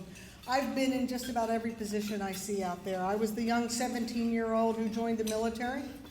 I have coached and comforted parents as an Army recruiter as they let go and passed on with their young enlistees. I was an NCO in the military, so I can relate to our great NCOs out there. It became too hard, so I became an officer. And now I'm proud to say I've joined the private sector. And along that journey, what I've learned is that there are many elements of national power. I served some time at the Army War College where we focus on the elements of power. And military power is the power of last resort. And as a nation, we must keep our other elements of power strong. And those are our political power, so thank you to our political leaders. Our diplomatic power, I spent some time with the State Department, so thank you for those who choose to serve. But what keeps a nation strong and vibrant is a strong economy. And that comes from our great business leaders who are partners with us in the military. You've heard from some great military leaders here, but let's keep in mind that this is a partnership, And I've learned since I've come out here that we need to work together, that there is a civ-mil divide. We tend to talk to each other, but let's make sure we reach out to our civilian partners, and together we can keep this nation strong. So I'm just honored to introduce David Cohen. You have his bio, but he's been one of the country's most vocal advocates for the value of a diverse workforce, and that includes our military community. He recognizes the value our military community brings to his company, the skills, the attributes. As our Chief Diversity Officer, David recognizes that the military has been a forerunner in developing a diverse workforce. The military has led the way in integrating along on many elements. He spearheaded initiatives at Comcast that played a major role in our company's hiring of over 15,000 members of the military community. We just completed our commitment to hire 10,000 since 2015, and we exceeded that, and much of that is due to David Cohen's emphasis on the value of military talent. But what does this mean to all of you? It means that you can take heart that there are companies and a city that has corporate and community leaders like David who understand the gravity of the decisions and the support that you give to this nation. And he also joins in that support. Now, patriots come in the cloth of the nation, but I've learned since coming out here that patriots come in many different types of uniform. So let me introduce a true patriot. Please join me in welcoming David Cohen.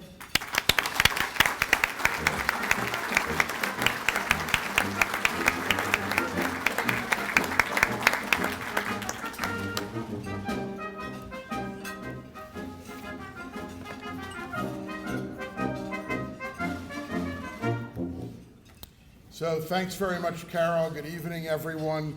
And I must say, sort of like the military music. It's a lot better than some of the music that's used to introduce me at other kinds of events. Terry, I always hate disagreeing with Terry, but when Terry started this program, he talked about our finishing while it was still light out. And I think given the pace of the program, the only way we're going to do that is if it's like at sunrise. So I'm bound and determined that that's not going to happen. We're going to finish when it's dark out. Carol and our Military and Veterans Affairs team have done remarkable work in building our company's military-friendly and military-ready culture. And our partnering with our community salutes is a great example of the partnerships that Carol has been able to create with the military. While Carol may not mention that, she mentioned some of this, but Carol's followed a path similar to all of our young people here tonight. She grew up in nearby Newark, Delaware, and she enlisted in the Army directly out of high school at age 17. Carol, I want to thank you and pause. I don't get a chance to do it in public all the time, but I want to thank you for your service to our country, for your service to our company, and for your service to all the communities where our employees live and work. Carol, appreciate it.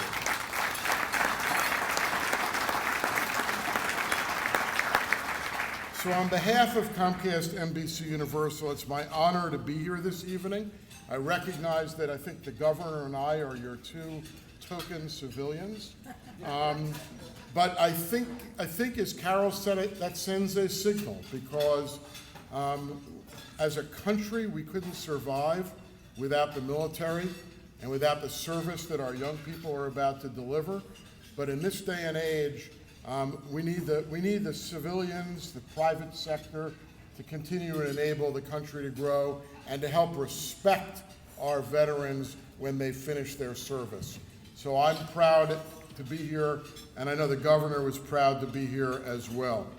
I'm also honored to be here tonight in the presence of your families, because your families have provided support to get you to where you are today, and they're going to continue to provide support for you in your service. And I want to recognize all of our government officials, our local government officials, state government officials, federal government officials, who also support the military in so many important ways.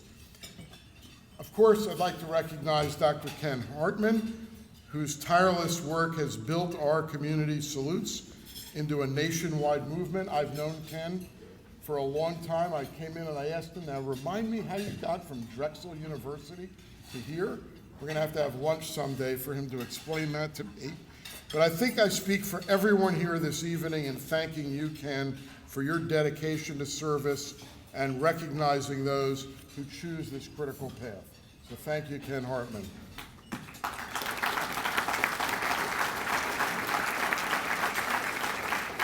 And finally, and maybe most importantly, I'm honored to be able to say thank you in person to the active service members and veterans with us this evening for the sacrifices that they have made in their lives. We should never forget the sacrifices that each of you have made, so thank you very much. As Carol said, since 2010, in our one company, we've hired more than 15,000 veterans, National Guard and Reserve members, and military spouses. And we do that not only to support your service, but also because adding this talent to our team makes us a stronger company. And that's the secret sauce about why this program works. One of those military community employees is Charles Jones, who works for our Comcast office in nearby Vineland, New Jersey. Charles was born and raised in Pleasantville and graduated from Pleasantville High School in 1987. He enlisted in the Army immediately after high school and served 13 years on active duty before transitioning to the Army Reserves in 2000 and joining Comcast as a technician. He completed his 20-year military career in 2007, and it included service overseas in Germany and Iraq, and we are so proud to have Charles as a Comcast employee, as well as 15,000 other veterans and National Guard members. In meeting and talking with many veteran employees over the years about their experience in uniform, a common theme I've heard is how the military entrusted them with a massive range of leadership responsibilities in the early stages of their careers. For our young people here, you're going to find relatively early on that you'll be given responsibility over large teams of people. You may be given responsibility over highly technical operations, and that training is what the military is about, but it also uniquely prepares you for a life after the military. The individual military experiences our veteran employees describe have enabled them to develop leadership skills that make them successful in countless endeavors, whether it's professionally with us or elsewhere. And we've heard a few people talk about leadership. That happens to be a favorite topic of mine. And over the years, I've developed a sort of top 10 list of leadership traits. Not surprisingly, several of these overlap with the skills that make our veteran employees successful at Comcast NBC Universal. Now, none of us demonstrates all of these traits at all times, but my hope tonight in sharing them is that our graduates and soon-to-be service members find value in them as you embark on your careers in the military and then subsequently in your return to the private sector. So let me just rip through these quickly.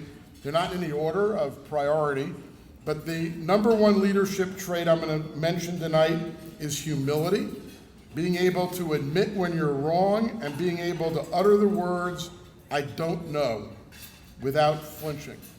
Some people would think great leaders, you know everything, that's what makes a great leader. That's wrong. Great leaders don't know everything, and they shouldn't be afraid to admit it.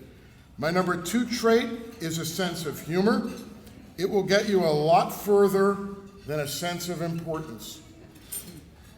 Number three, the ability to inspire, to make people want to give you their best, to follow you. Think General George Patton, by way of example. Number four, vision, being able to think long-term and having a vision for the future that you can work toward. There is a big difference between leaders and managers. And the great leaders lead with a vision, they don't just manage. Number 5, communication. Do it often and do it honestly. Number 6 on my list is flexibility. Life is not a straight line, and crises are certainly not straight lines. Effective leaders have to change course when it makes sense to change course and to adjust. Number 7, leading by example. People take their cues from what you do, not what you tell them to do. And I think that's an essential aspect of leading and having the confidence of your team. Number 8, appreciation. Few things are more motivating than meaningful appreciation from the leader. It's not so hard to say thank you. It's not that hard to say good job. Great leaders take the time to express appreciation to their teams. Number 9, team building. And this one also may be counterintuitive, because if you're so great a leader, what do you need a team for? Well, great leaders excel because of their teams. And recruiting good players is just the beginning. They're not a team until they play well together, and great leaders are great coaches getting their teams to play well together. And number 10, maintaining perspective. This goes hand in hand with having a focus on what's important and recognizing that there are many things in life that are important, and you've got to respect diverse perspectives that may come to bear as part of your leadership. So I hope these traits I've shared have given you something to think about. I look forward to hearing about all the successes that the young people in this room are going to have in the military and after your military service. And I'm sure that the leaders in this room will go on to make our world a better place. So as I close my remarks, I'd like to reiterate how thankful I am for the sacrifices that you, our 2018 high school graduates, are making for not just South Jersey and Greater Philadelphia, and the communities that have nurtured you, but for the entire country. You've taken an incredible first step on a path of leadership and service to others, and I am incredibly honored to be in your presence and to have been given the opportunity to talk with you. So I've enjoyed this evening tonight, and I hope you enjoy the rest of the evening, and I'll look forward to greeting all of you at the end of the program. Thank you.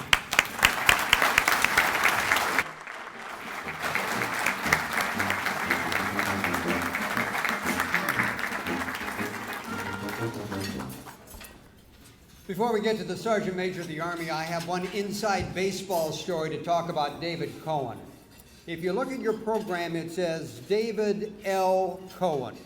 Now that's the name his parents gave him, but in the news business in Philadelphia, that L was extremely important to any reporter who had to go out and cover a David Cohen story. And the reason was city council had a David Cohen. And the city council, David Cohen, was kind of a character and just made a lot of noise. So how are we going to differentiate? So in newsrooms across Philadelphia, 29, 3, 6, 10, this man just was called David L. And so when you were in a morning meeting deciding what news story you were going to cover, if they said you were covering David Cohen, you knew you were covering a guy who was going to make a lot of noise. If they said you were going to cover David L., you knew you were covering a guy who was going to make things happen. And everybody looked forward to David L. stories rather than David Cohen stories. Now, I am in awe, as I think maybe other people in the room are, of Edward Byers here, and I hope that doesn't embarrass you. I apologize for that, but I am also very impressed with our next speaker tonight. Dan Daly is almost a local guy because the Sergeant Major of the Army, and that's as high as you can go, is from Palmerton. Now, for those of you who ski in the Poconos, you go through the Lehigh Tunnel and hang a right, and there's Blue Mountain, and that's Palmerton. And that's where this guy came from. He enlisted in the Army. He went right out of high school. He was a gunner and a commander of a Bradley fighting vehicle, and those are the things that look like tanks but don't have turrets on them, and they have guns on top of them. He served in Kuwait, Iraq, in Korea. He has enough medals to choke a horse, but they include the Bronze Star, 3 oak leaf clusters, and the V for Valor for his participation in the siege at Sauter City. So please, this gentleman is like shark teeth. There's only one of him in the entire United States Army. His name is Dan Daly. He is the Sergeant Major of the United States Army. Please welcome him.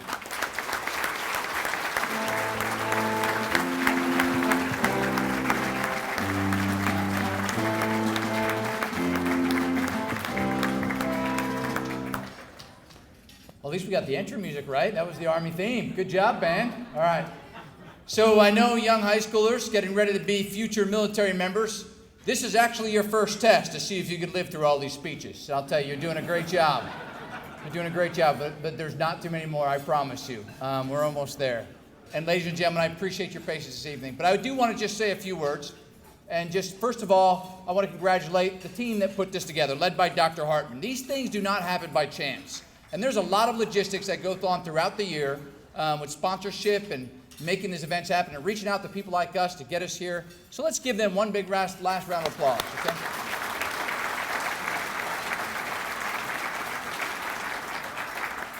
Now, I promise you, I'm just going to quickly focus on the young men and women that we're here for this evening, because that's what this is all about. It's our next generation, our future, is what I'd like to say. And we need them, every single one of them. Because as the chief said earlier, there's not many people that are qualified to even serve in the military in the United States of America, let alone those who do want to. But before I get to that, I want to also recognize a group of people that has already been recognized but deserves much more recognition this evening. And that's the mothers, the fathers, and the loved ones that have taken care of these young men and women for so long and got them to this point. Thank you. Let's give them one more big round of applause. Huh?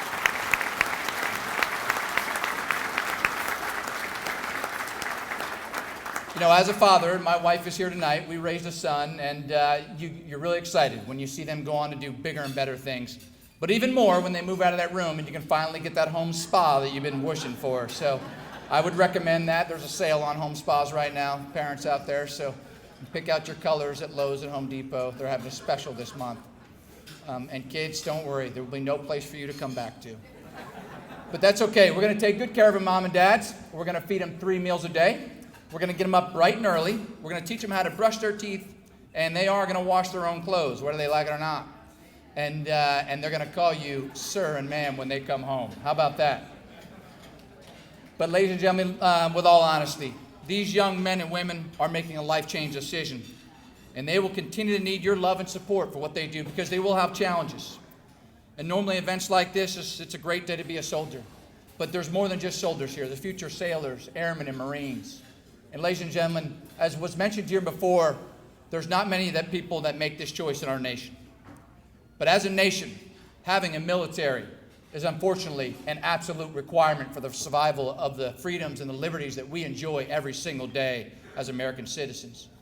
But we all too often forget that service in that military, ladies and gentlemen, is a sacrifice and a volunteer by an individual. And these men and women that are here today, I know that they spent a long journey in your homes and in your schools, but they are our nation's credentials. And let's give them one more bigger round of applause for the service and sacrifice.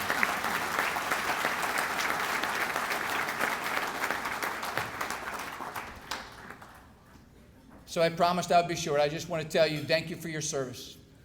Every time I talk to soldiers, and I'm the proud recipient of being able to take care of 1.2 million of them every single day that are serving across our nation. Over 177,000 of them, as we stand here tonight, are serving in over 140 countries across the globe, defending our freedoms. And they're proud to do that. And they're proud to be called American soldiers and service members because they're serving by their sailors, airmen, and Marines proudly. And they will get up tomorrow and do it again. And they don't ask for any sacrifice or service from anybody else but themselves. But I do want to say that service in our military is not a right. It's a privilege. It's an honor.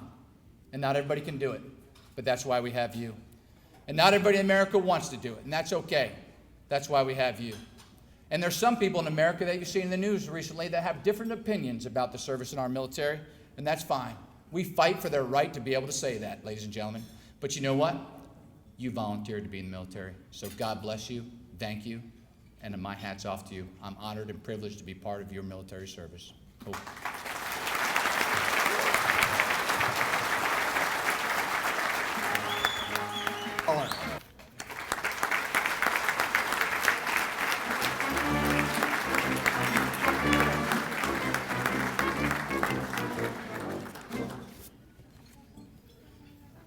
Good evening. I'd like to think they saved the best for last, but in an attempt to expedite this evening, I think they put me between you and the bar.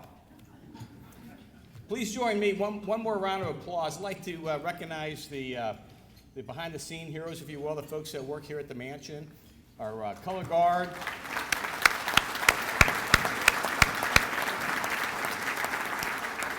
National Anthem was absolutely wonderful. I need to track him down for my retirement ceremony, whenever that's going to be. That was fabulous.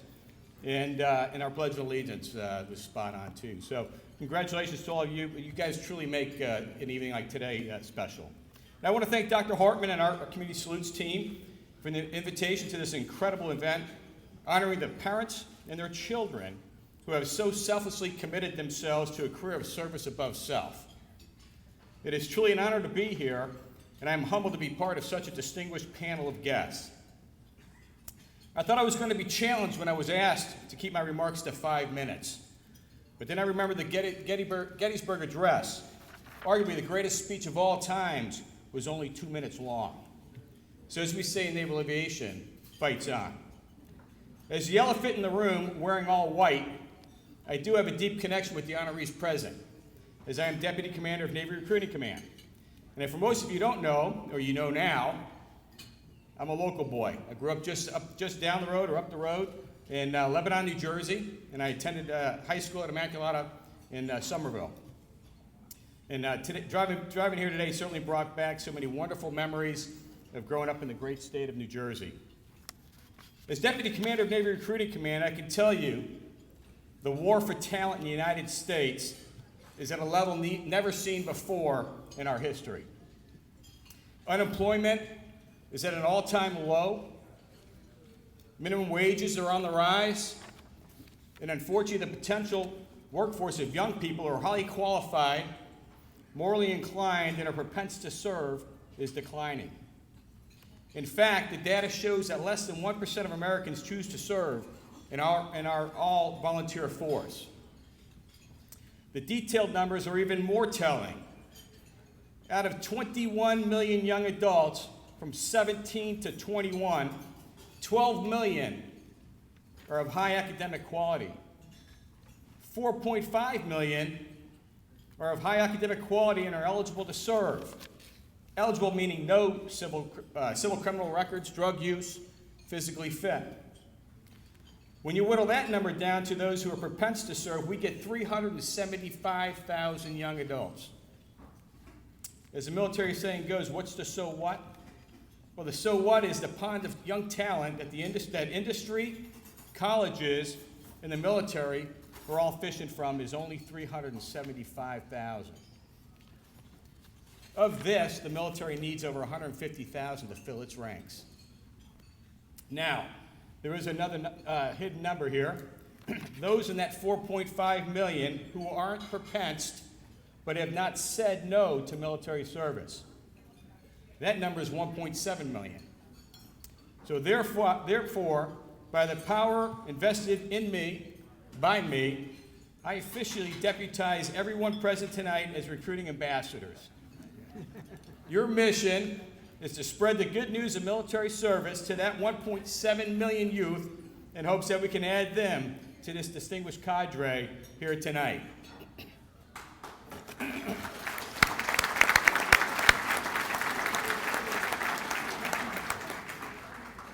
Now, off my recruiting soapbox and back to this amazing group of high school seniors. The data I shared with you proves they are the best, brightest, morally centered, selfless young adults our nation has to offer. The 1% who could write their tickets anywhere in college or industry, yet they have made the selfless sacrifice to join the ranks of those who are serving in the most admirable of all professions, the defense of our great country and its way of life. It may appear that military action is on the decline, but we are here to tell you otherwise. We as a nation are fighting multiple threats across the globe that have never been seen before in our history. It is the resolve, honor, courage, and commitment of the enlistees here tonight that will be the great equalizers to tyranny and evil around the world. They are truly our nation's crown jewels. Parents, rest assured, we will embrace, love, respect, and take care of your treasures. You have so remarkably nurtured to get them to this point. We are ready to take it from here. Enlistees, I've been in the war-fighting business in defense of our country for 30 years this month. And I can tell you without hesitation, you are about to embark on a tremendous journey that will define your core and become the foundation of your success in life. I am truly humbled by your commitment, and I am proud to call you all shipmates. You have my highest admiration and appreciation for stepping forward in service to our wonderful country. To the future sailors in the room, the Navy the nation needs awaits you. Embrace the transformative power of the sea. Be ready to accelerate your lives. And most importantly, know you are joining a long legacy of sailors whose lives have been forged by the sea. And once again, thank you for allowing me to be part of today's special occasion. And I think we are ready. Oh, let's hope we don't need that. Will the enlistees please rise?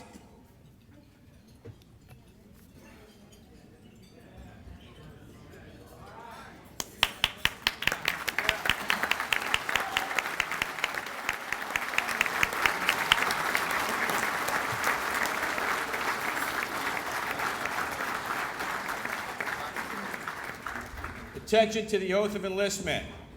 Enlistees, raise your right hand and repeat after me. I state your name. I, Joshua Fitzgerald, Do solemnly swear to support and defend the Constitution of the United States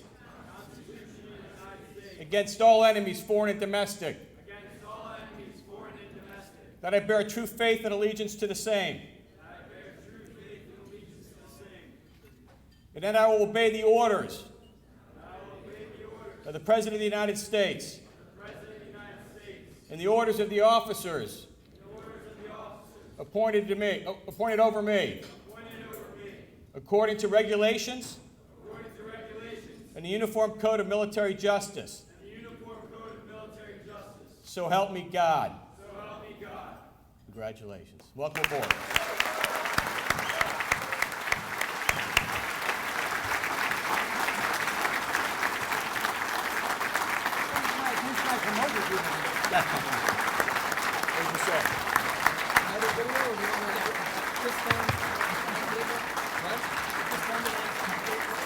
But are we going to play a video while we do that? Go down the front.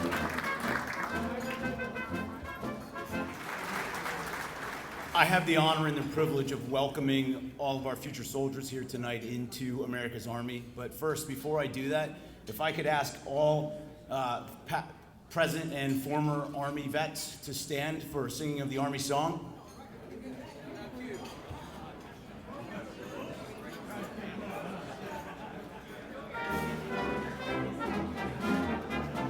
First to fight for the right and to build the nation's might, and the Army goes rolling along. Proud of all we have done, and until the battle's won, and the Army goes rolling along. And it's hi, hi, hey, the Army's on its way. Sound off the cadence, loud and strong. Wherever you go, you always know that the Army goes rolling along.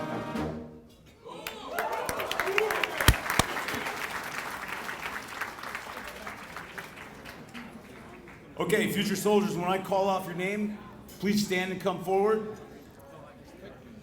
Nicholas Cristinzio.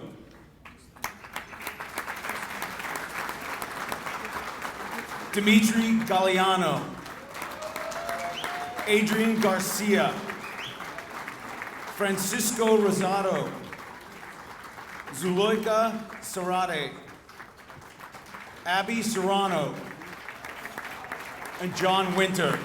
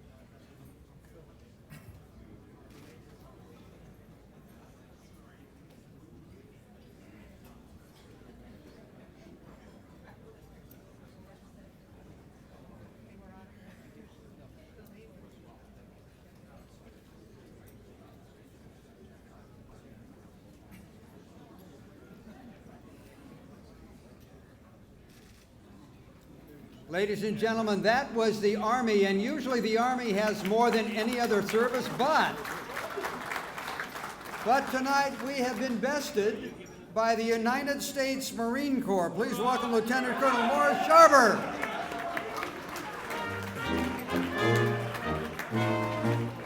Posa Montezuma to the shores of Tripoli. We fight our country's battles in the air, on land and sea. First to fight for rights and freedom, and to keep our honor clean. We are proud to bear the title of United States Marines. Hoorah! Hoorah!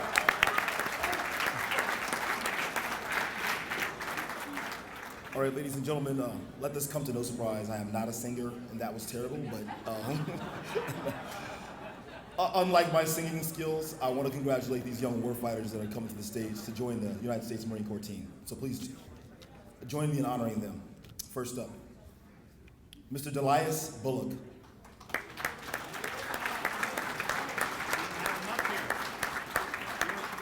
Mr. Kyle Callahan.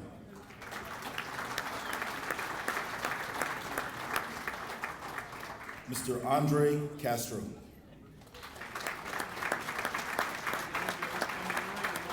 Jesse Harriman.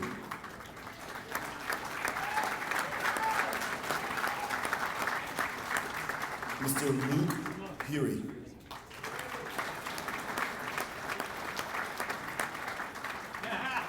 Mr. William Jameson.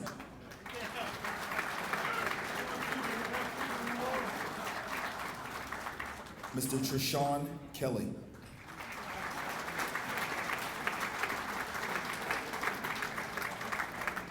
Mr. Remy Martinez.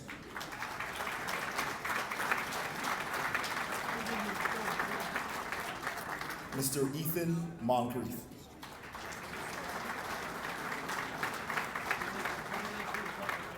Mr. Jeffrey Nolasco.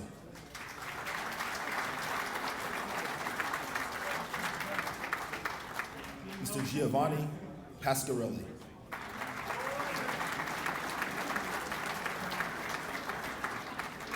Mr. Jack Perchak.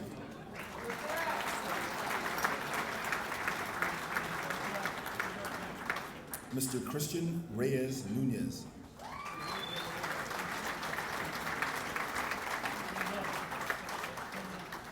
Mr. Brian Romero Granadino.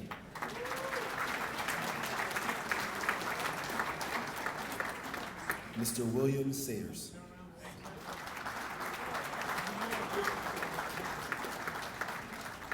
Mr. Marvin Sewell.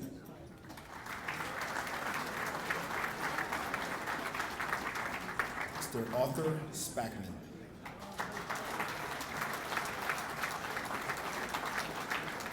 And last but not least, Mr. William Wilbur.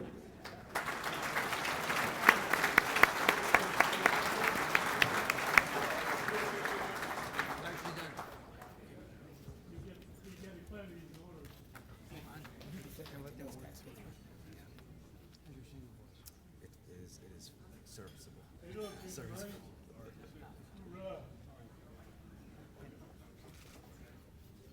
But they won't take me too slow.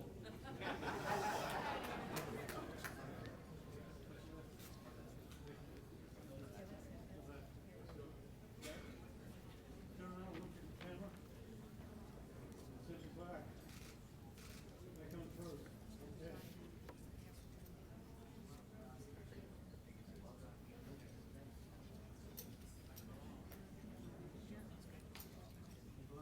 Turn around.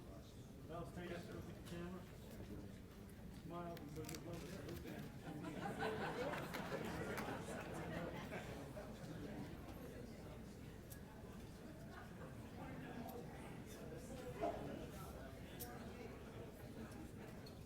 Ordinarily, you have to do 20 push-ups. Let's skip that. Same in the party when you eat the feet like that.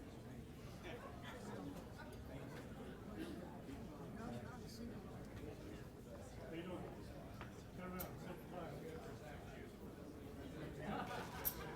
Don't anybody there. Oh, yes, I can see it again. 50 push-ups for the person purple.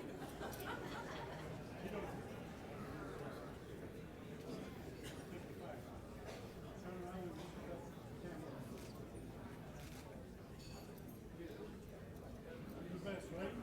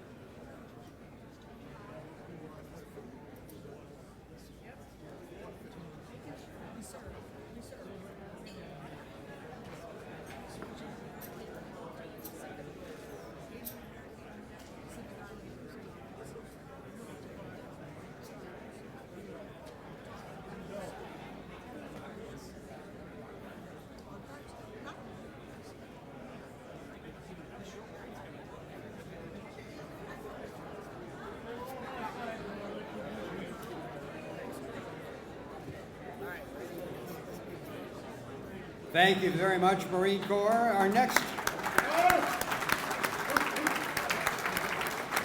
presentation is by Charles Banks. That's Lieutenant Charles Banks of the United States Navy. Hoo-yah! Hold on 1 second, man. Man, hold on one second. Hold on 1 second. Whoa, whoa, whoa. Our esteemed MC just told me, he asked me rather, is your singing voice ready?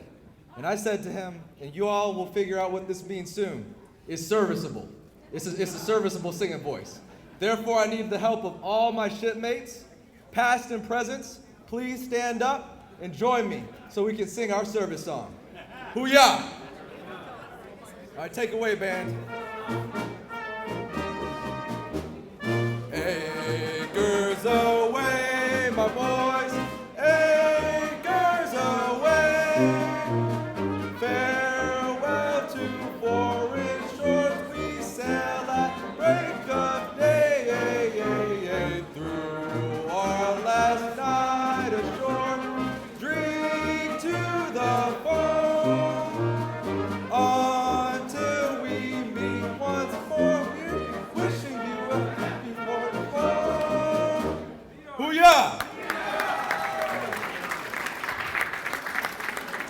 right, thanks for bearing with that. So please join me in recognizing, first up, Noah Barrows. Hoo-yah.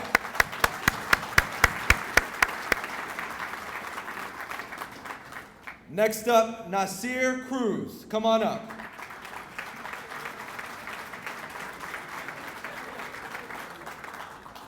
Next, Joshua Fitzgerald. Come on up.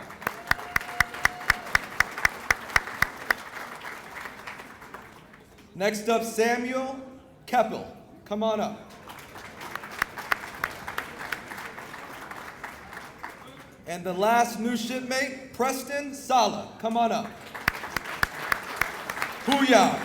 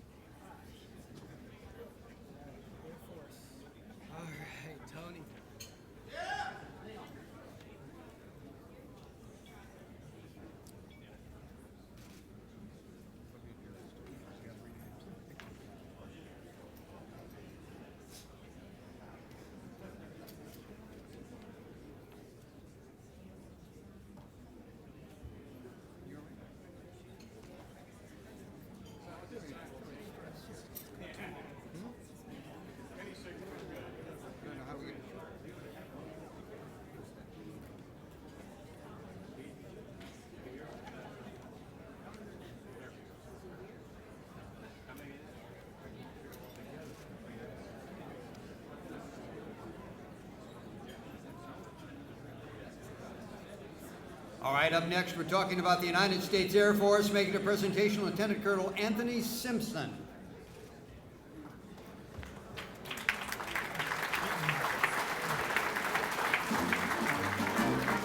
Off we go into the wild blue yonder, climbing high into the sun. Here they come to meet our thunder, and boys give 'em the gun.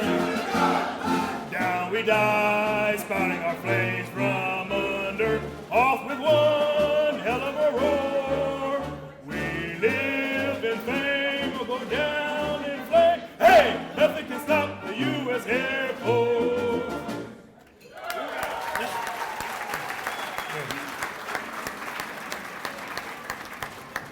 Some smart guys over there, I didn't have to ask, they just stood up. They learned, they recognized. It is my honor and privilege to be able to announce the Air Force's newest enlistees from Camden County that have committed themselves to helping us to fly, fight, and win in airspace and cyberspace. So without further ado, first up, Jonathan Duran.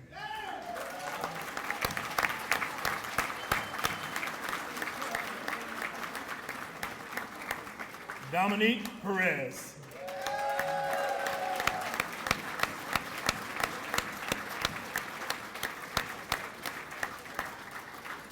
And Alexis Tapia.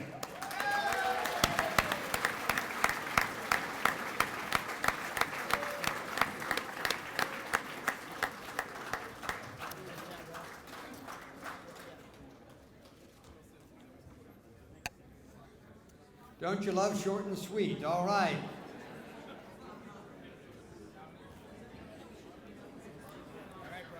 While we're finishing this up, I'd like to remind everyone that here on the table, put in the congressional record today in Washington, Congressman Norcross had something read into the congressional record that has to do with the men and women who are enlisting tonight. Their names are all in here, and it is now a matter of record as far as the United States Congress goes that our kids from Camden County are serving their country. Read today in Congress.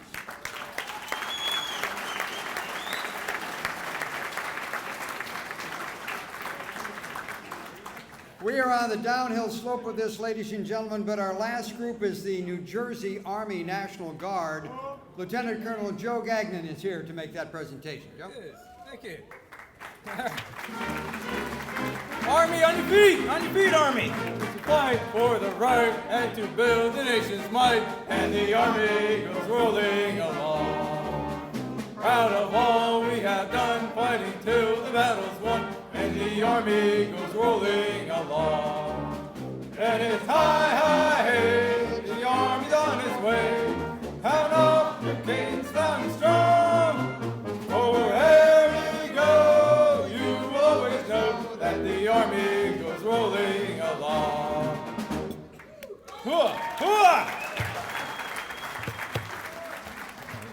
It's been some rough karaoke tonight, but the Army pulled it in.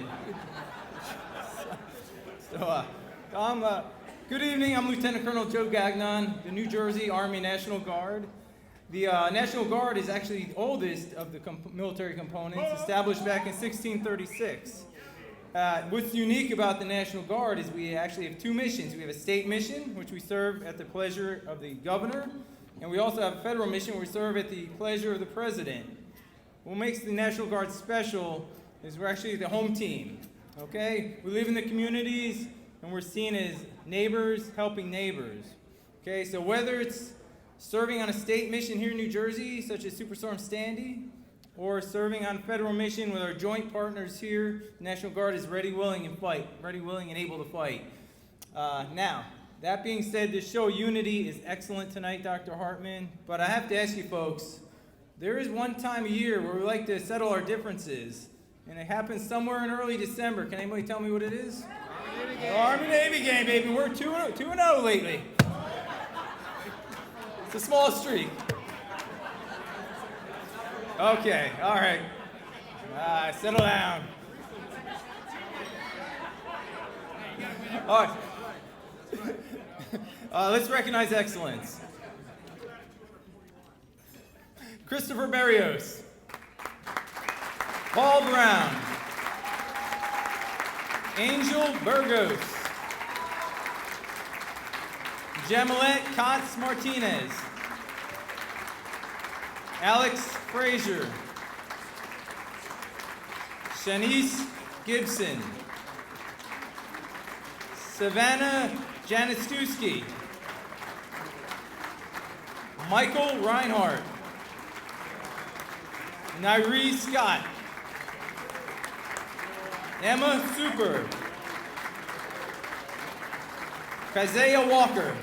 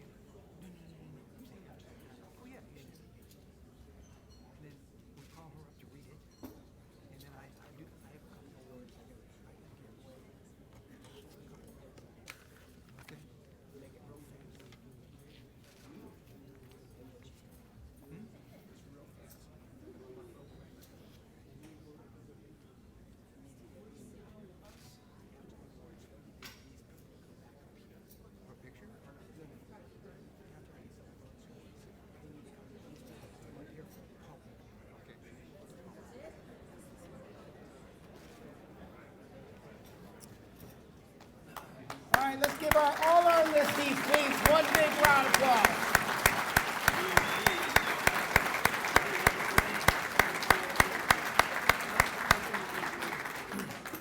Okay, we have a real special treat for you. It's going to come up in 2 seconds, but I have to. Everybody talked tonight about, the head stay, we could just stay there for a second. We just have a couple more awards. Everybody talked about the people that put this on. And you all know it takes a lot of folks. I just would like to recognize a few people who have been with us for 7, in some cases 10 years. And they don't ask for any acknowledgement, but I really do want to thank them. And there's a few of them that are very instrumental. So if they could come up, please. This is our, oops, let me do this before. First, before I do that, we have an award that we give out every year called the General Colin Powell Service Award.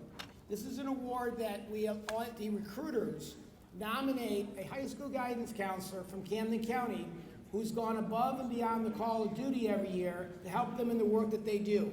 We get lots of nominations every year, and then the committee has to decide who's going to get the award for this year. I'm very pleased to announce the winner for this year is not only have been a tremendous help for recruiters in our high school, but she also has been a huge supporter of mine as we try to get the kids who say they're RSVP but haven't RSVP'd. And consequently, I'm very pleased to announce that this year's General Colin Powell Award Service Award goes to Michelle Pryor, school counselor from Cherry Hill West High School.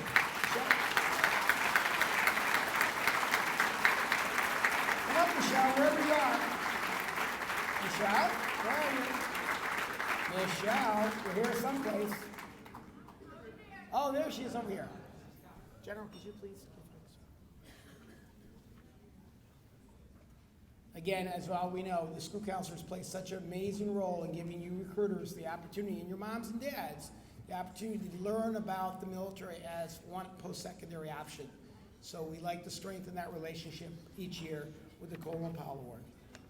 And thank you. And by the way, she's retiring this year after many, many years as an educator. So thank you, Michelle. Okay.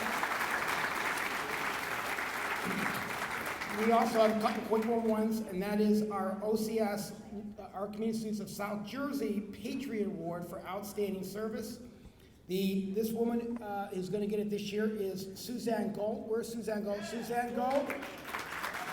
The program that you have in front of you, come on up, Susan. You have no idea they're getting this. If you noticed on the back of your program, it says produced by the students and staff at the Camden County Technical School. The program you have in front of you for the last 10 years was produced by the kids and the teachers at Camden County Votech School. And this is the woman that leads that initiative each and every year. And it's not an easy job, thank you. Not an easy job at all. These next two is a husband and wife team. Frank and Trish Kovalowski. Frank and Trish have been with us. Frank's actually, and we honored actually their son 6 years ago in this room. He just got out of the Air Force. He's in college. Frank and Trish. Frank has been all the sponsors, all the folks, Frank has been doing with. He's the one that calls. Could not do this without him and his lovely wife, Trish, who works the registration table. So if Frank and Trish could please come up, we'd like to give them our award.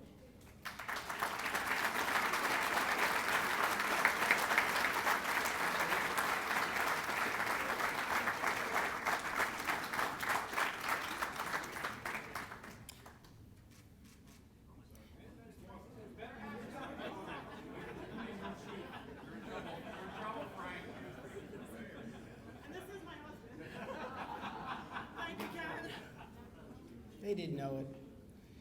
This next woman doesn't know it either. And some people at this time of the year think she's actually my wife because we spend so much time together, and every time I get another person says, I can do it, I can't do it, I can't. All the RSVP, almost 450 people in here tonight that this woman's responsible. Year after year, she works the registration desk. I drive her absolutely crazy. Kathy Saxar, where is she? Please come up and give her award. Thank you very much.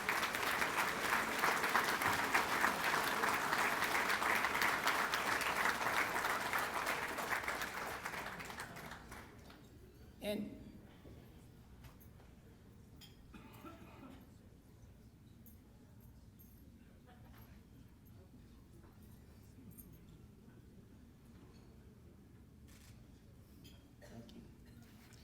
And last award for our South Jersey is the man to my left who's been with me through thick and thin. 9 out of the last 10 years sitting right here to my left, and I couldn't do it without him. Jerry Ruggles. Thank you. I didn't know that.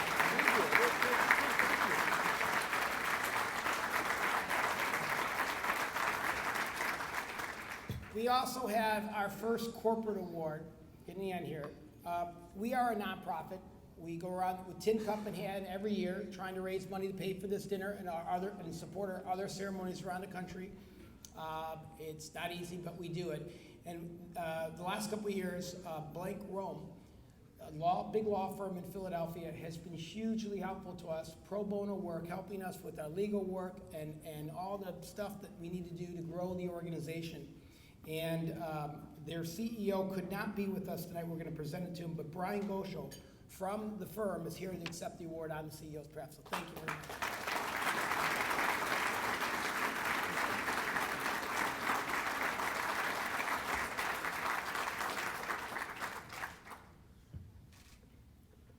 Two more national awards. This goes out to the, you couldn't have an organization without someone taking care of the money. And when you're 503C, you got lots of forms you fill out, state, federal. He's been with us from day one. He goes in hibernation this time for tax purposes, but we could not do this, not just locally, but working with our chapters across the country without our treasurer, Marty Collins. So Marty, where are you, buddy? Please come up and please.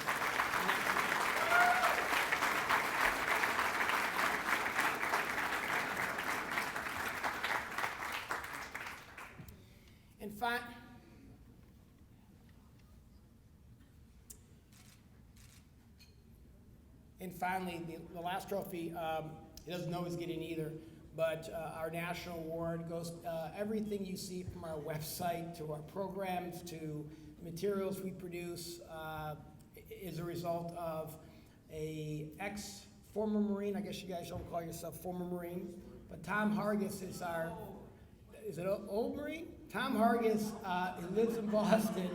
He's a Marine. Tom Hargis is a Marine, lives in Boston, is our volunteer COO, and we could not have done half of what we did to support the country without a volunteer like his. So Tom, thank you very much.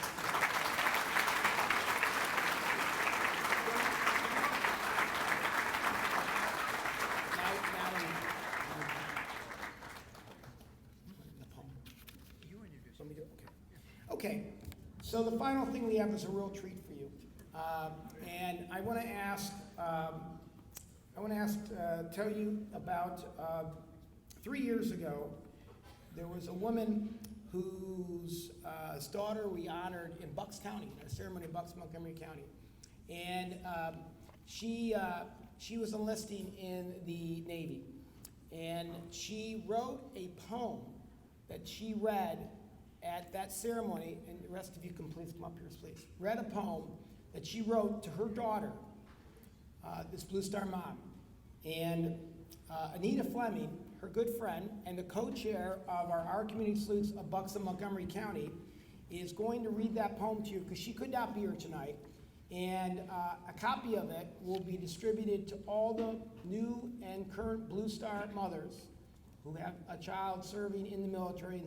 And I want to introduce Anita, who will read the poem, and then we have a small little gift, last thing we have tonight, a small little gift for the mothers in the room. So Anita.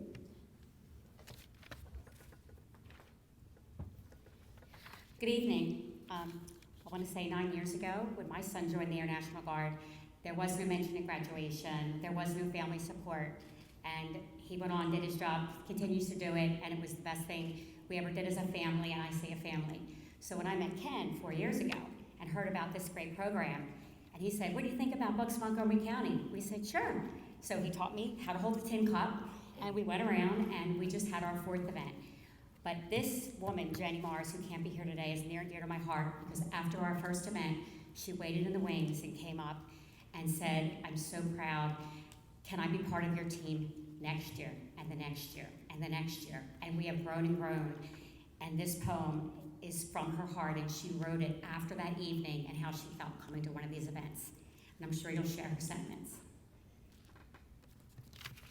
How I feel about my enlisted child You are children today and then adults tomorrow. Our babies grow up, we learn to our sorrow. When I close my eyes, I see you playing in the past. Where did the time go, and why so fast? I watched every day as you changed and grow. Now here you are, the perfect grown-up you. You filled my days with needs for which I could help, then joined the military and made my heart melt. You may be taking this step and leaving my nest, but you are still a part of me, the part that's the best. You have made me proud from the moment you were born, again when you enter the branch in which you will be sworn. I will keep you in my thoughts and prayers every night, because you are one of the brave prepared to fight. Your military family will become your second home, and they will keep you busy wherever you roam. Support from me will never ever cease, because your job now is to keep the peace. When you are gone and having a bad day, remember you know how to act and you know what to say, because I taught you how to be all you can be, and there was no one in the world more proud of you than me. So go, show them what makes you you, and remember, our community salutes you too. God bless.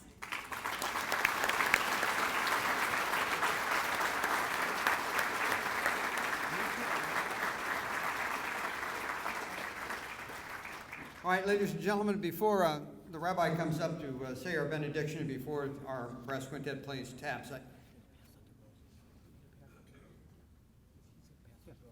okay, we're going to pass out roses to all the mothers of the enlistees this evening. So if they would stand up, we'll know who to give the roses to. Fine, I saw him. Moms, if you could stand up, and while the moms are standing up and being presented with flowers,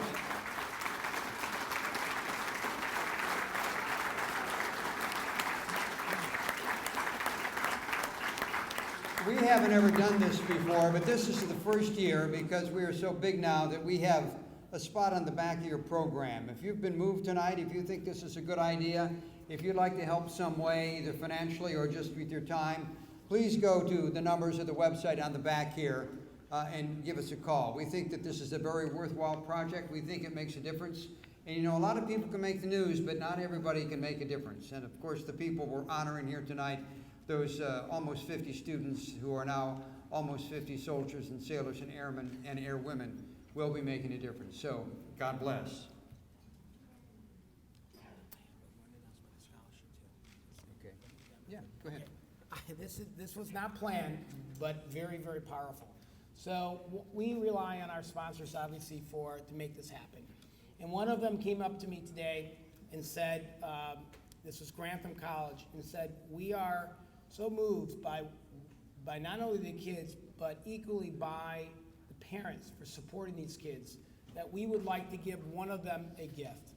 And so, and this person does not know this because they're in the audience, but I'd like to ask Command Sergeant Major retired Kerry Bullock, who served in the Marines. He's a retired police officer. He tonight is receiving the Grantham University he doesn't have a bachelor's degree, he's been working on it. He wants to earn a bachelor's degree in criminal justice. This is the dad. And because he served, retired, and his child is going in the service, Grantham University tonight would like to award him a $40,000 college scholarship to pay for his retired degree. Could you please stand? Perry, where are you, sir? Where are you? Back there? We can't do without our sponsors, and thank you, Grantham University, and good luck in your studies, sir. Well deserved. All right, that said, Rabbi, if you could please join us. And after we have the benediction, then we'll have taps.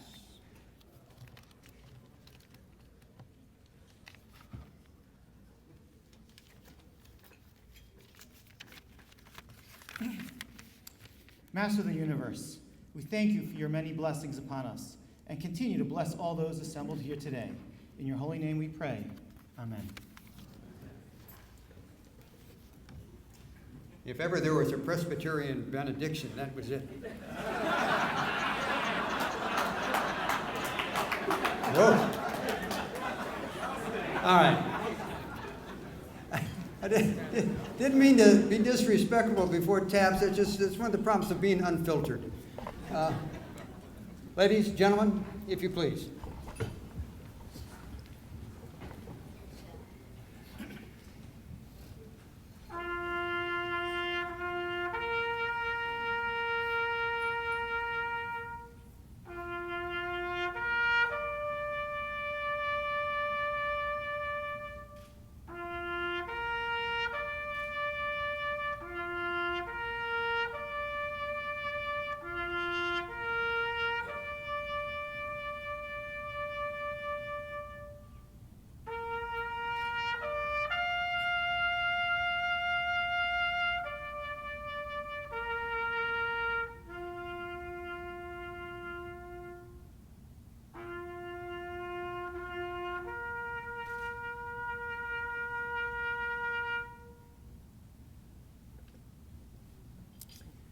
Thank you all. Drive safely. Ladies and gentlemen, have a good evening.